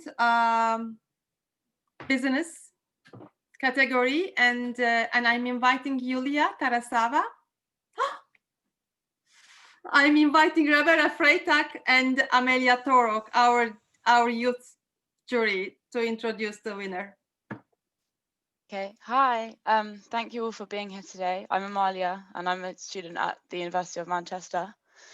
Congratulations to all our finalists. We are presenting C-Note as the winner for the Best Women-Owned Business, whose vision is to create an inclusive economy by providing opportunities for those who are often included, in their case, women of colour, directing investment money into small businesses at a community level.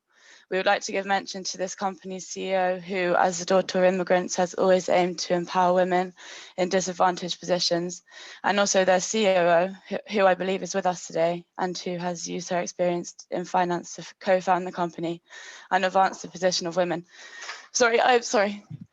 Statistically, C-Note has used 35 cents out of every dollar to fund businesses owned by women, which is impressively 8 times the national average, showing their true commitment to equality. As young women who take it for granted that we should be thinking inclusively about the work we do, C-Note lives up to these expectations and worldview that we hold to be so important. Also, a special mention to our runners-up, Annie Collins from the USA and Moonshot CV from the UK. I will now pass over to Rebecca, who will speak more about the importance of C-Note's mission to us. Thank you. Thank you, Amalia. Yeah, having spent 2 years as the UN Youth Delegate on Sustainable Development, the SDGs have taught me 2 things. The first one is we need to tackle the problems at their root causes. And the second thing is true diversity enriches our culture and leads to success. Let's be inspired by the principles that govern life on this planet. In nature, every ecosystem flourishes and becomes resilient the more diverse it gets. So now imagine you were a woman or even a woman of color. How will you even start a business if you are not trusted with money?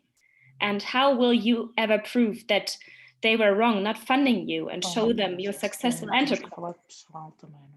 Closing the gender pay gap and reaching flexible working hours and paying parental leave is not enough to reach the equality in the corporate world. How will you access the much needed solutions that already exist in diverse heads and hearts of women out there?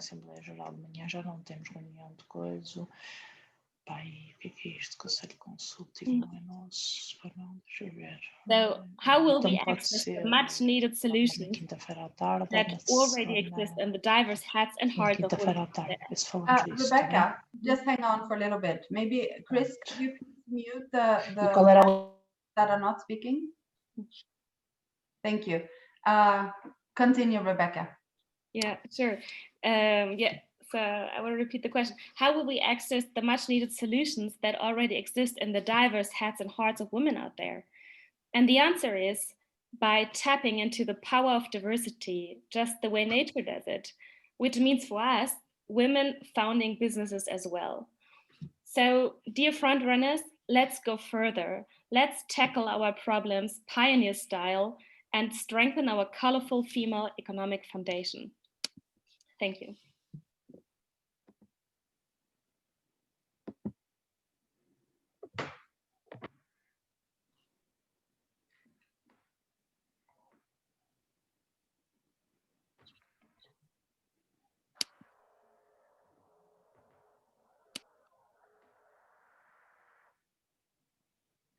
The sound is missing.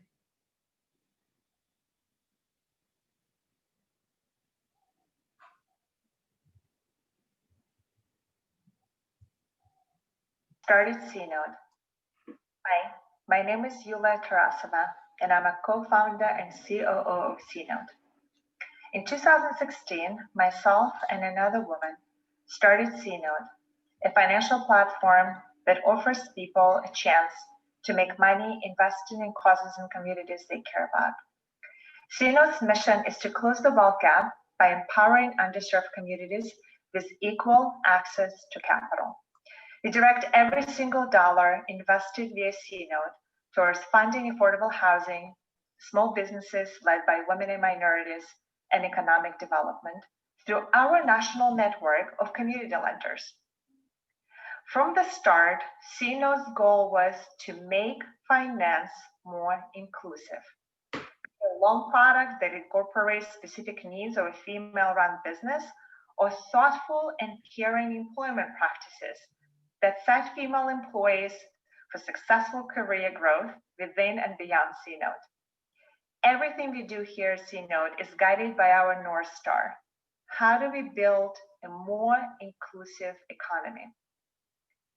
Jimin is an example of how we are living that mission. In 2014, Jimin combined her skill set as a professional sportwoman with her passion for protecting people to start her own company, Skylar Security. When internal resources were not enough to grow the company, she turned to a C-Note partner, ACE, Access to Capital for Entrepreneurs, an Atlanta-based community development financial institution. As an athlete, Jimin always had a coach. In business, she could use someone who could help her to scale. ACE gave her both capital and a business coach. As a result, Skylar Security scaled to $1 million in revenue and 200 security providers, and was one of the companies contracted to provide security at the Super Bowl in 2019 in Atlanta. Jimin just needed an opportunity. C-Note investors helped her with that. She handled the rest. Gender equality and women's empowerment are the DNA of C-Note, not just the investments that we deploy. Earlier this year, our team welcomed a female student studying computer science at a top school. That was her last internship before graduation. She joined our engineering team, which at that time was 75% female. 1 month after joining, in our one-on-one, she shared with me how her internship with C-Note changed her perspective on what career paths she would want to explore for herself after graduation. She mentioned that before interning at C-Note, she was quite skeptical about pursuing a career in fintech, as her prior experiences can be described as somewhat discouraging. But at C-Note, she realized there are teams out there that valued her individual contributions and treated her fairly. I'm proud to know that the values we hold here at C-Note have helped her positively and shaped the career beyond her graduation. Both of these stories tie back to action, not talk. You are judged by your action and how you treat people, both as an individual and a corporation. In case of C-Note, gender equality and women empowerment are not empty words. They're guiding principles for our actions. Thank you for selecting C-Note for this recognition. Let's get out there and build a more equitable world together.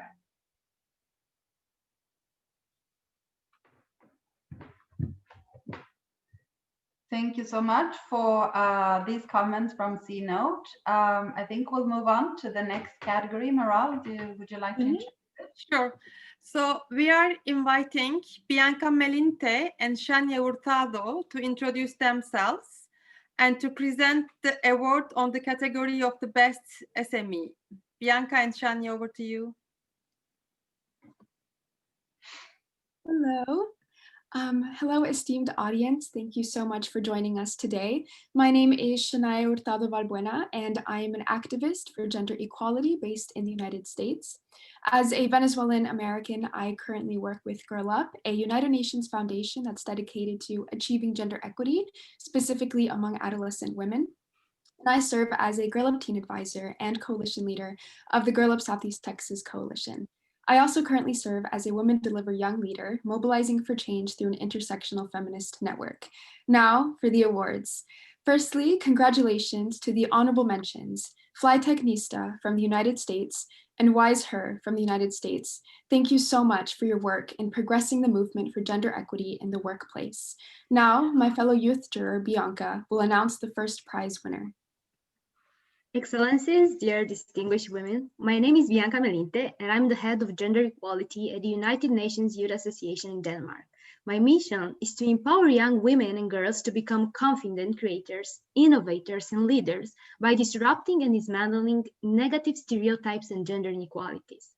Being on the yacht jury for this empowering forum is an immense privilege, and I thank you all for amplifying my voice and giving me the opportunity of assessing, honoring companies' work and progress in the movement for gender equality. Women's full and equal participation in all facets of society is a fundamental human right. Yet, around the world, from politics to entertainment to the workplace, women and girls are largely underrepresented. Building a sustainable future for all means leaving no one behind. Now is the time to raise even more awareness about the fact that women must be heard, valued, and celebrated throughout society to reflect their perspectives and choices for their future and that of the advancement of humanity.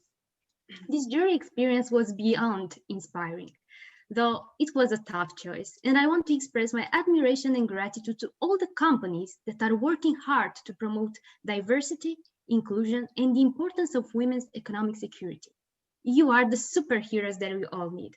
That being said, I want to congratulate BioAzul from Spain, the winner of the Best Small and Medium-Sized Enterprise Award. We are amazed by your hard work in reinforcing the active role of women, not only in science and research, but in marketing activities and technological developments as well. It has been a huge privilege to read about your admirable initiatives in supporting and implementing women's empowerment principles. Therefore, we are looking forward to reading your Gender Equality Action Plan that will serve for sure as the epitome of the responsible and empowering business conduct. Once again, many congratulations. And I want to conclude by saying that together we can unlock women's doors to success and unblock their avenues of opportunity. Thank you all so much. And we'll call for the speaker from the company. We are inviting Antonia Lorenzo Lopez from BioAzul, the CEO of BioAzul. Hello, everyone. Good night, good morning, good afternoon to everyone. Thank you very much for this award.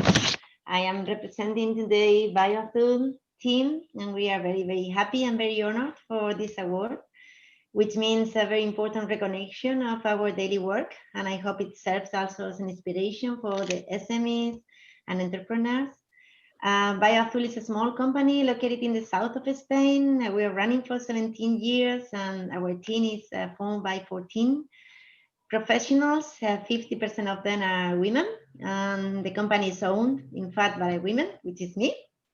And from the very beginning, gender perspective is in the company's strategy, and we promote gender equality in our working place at many levels. The workers are treated all the same professional opportunities, no salary gap.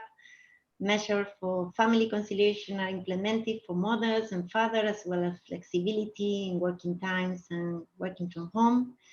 At Biosul, we develop innovative solutions for sustainable water management, very much focused on circular economy principle. And for the development of this solution, we participate in many research and innovation projects.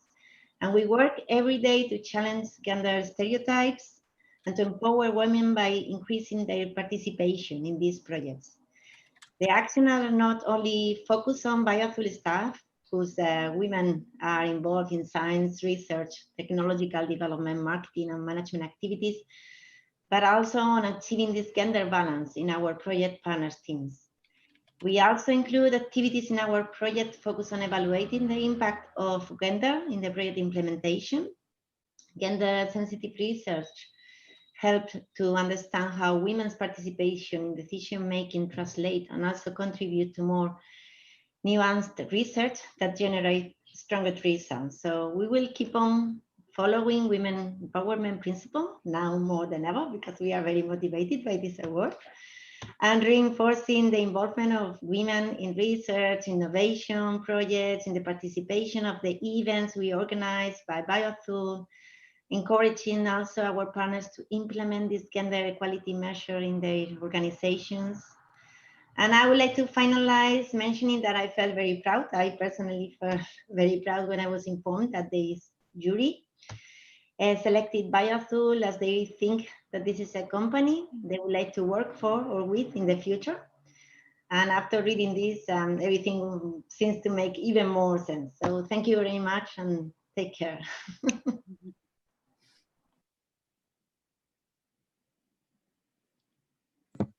Thank you so much, Antonia, for those remarks. Maral, can we introduce the yes, next category? Our next one. And I'm inviting Ritika Dut and Shiraz Benzemane and to present the award category Best Network. And the network works as great allies for us to recruit more signatories and to push the implementation. So Ritika and Shiraz, over to you. Good morning, bonjour, welcome everyone. My name is Shiraz Benzemane. I'm Algerian French.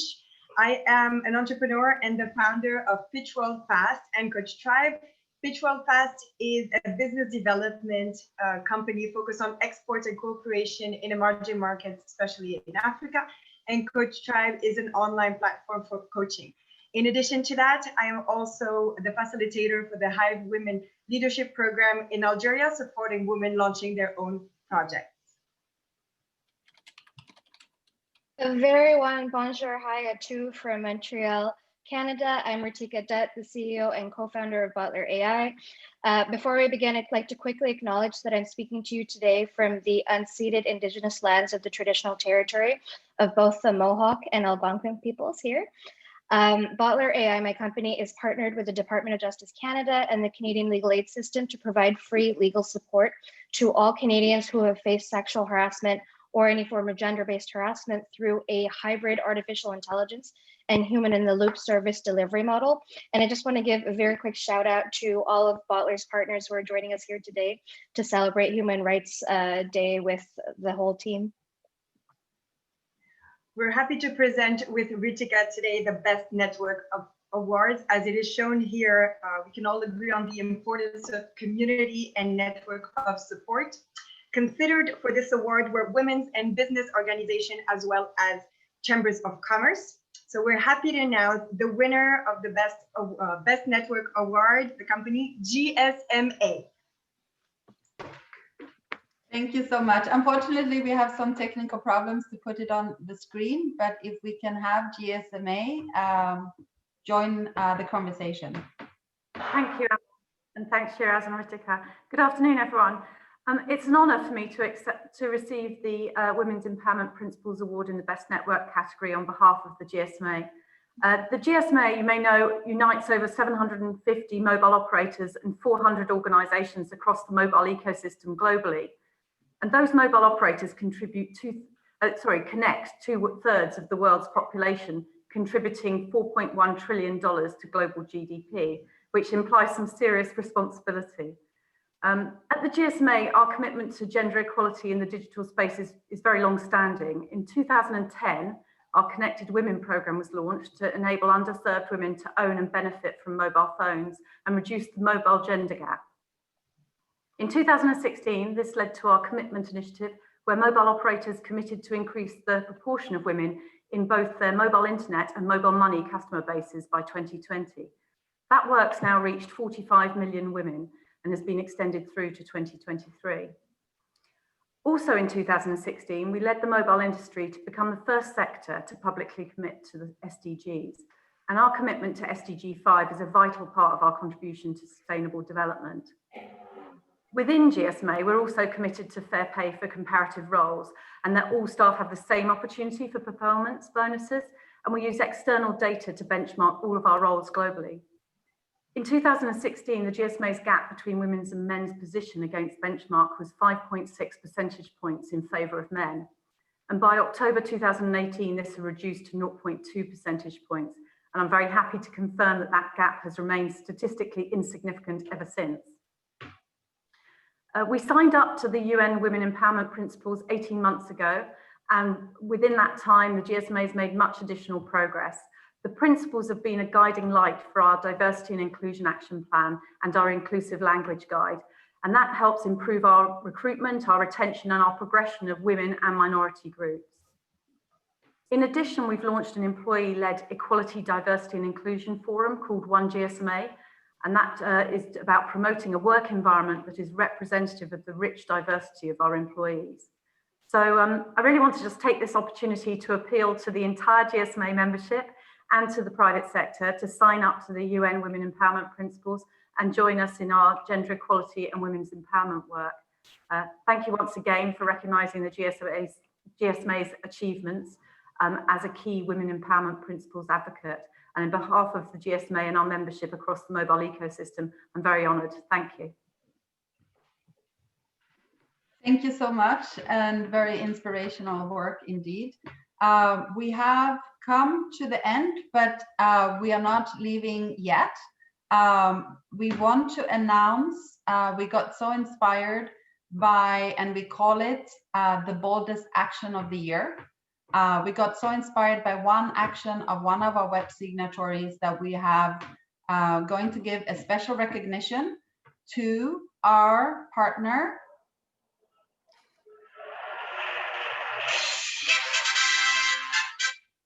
NASDAQ. What they have done on 1st of December, you might know what happened on 1st of December. They announced that they want to improve boardroom diversity. We have heard during the day that women's leadership matters, that women are part of the decision maker. And NASDAQ has made this a commitment that each of their listed companies, and there are 3,000 or more than 3,000 in their network, listed companies, need to have 2 diverse people on the boards to be listed with NASDAQ. And at least 1 woman and at least a minority or an LGBTQ person need. So I'm so excited and proud to introduce Supriya Jha from NASDAQ to really talk about how this came about, how WEPs have inspired you to take this action. So Supriya, are you there? I'm looking for Hi, Anna. Over to you. Thanks, Supriya. Thank you so much, Anna, and thank you very much to the youth jury and the UN Women Organization for this recognition. I must tell you, I won't keep you guys long here. This has been a tremendous news for us. We are very deeply honored. Advancing diversity and inclusion both in the workplace and the marketplace is important to us. And this kind of a recognition fuels our motivation to do more. I urge you all to go, read more about the NASDAQ proposal. It's all online, and we are hoping that it works out. But thank you again, and a big congratulations to the other organizations as well who have been moving forward on gender equality. So thank you, Anna. Thank you so much. No, thank you so much, Supriya. And please also big thanks to Adina Friedman, the CEO of NASDAQ, on our behalf. I think that to make this work, to make this proposal work, we all need to stand behind you and make sure that companies are really bought into it. And you have already seen a number here. We have 12 companies that have been recognized today, 12 other companies that have been recognized for their efforts, and we need their support as well. And all the participant support to make sure that this is going to fly, and that in a few years we won't talk about 2 anymore, we will talk about half of them. So this is just the beginning on this journey, and thanks Supriya for joining and for sharing this great news, as we call it, the boldest action of the year. So there has been a lot of action in 2020, and I think that this is really a good end of the year with lots of challenges. To end it in this way is really fantastic. And before we close, I just would like to double check if Lucia has managed to come on board. It seems like she still has technical issues. So I will then take the opportunity to thank everyone. And we will ask Lucia to send in a recording of her message, because we know that it was very inspirational. She's an inspirational speaker. But I would like to thank everyone that have stayed with us the entire day, that have really contributed to the success of not only our program, but today's discussions.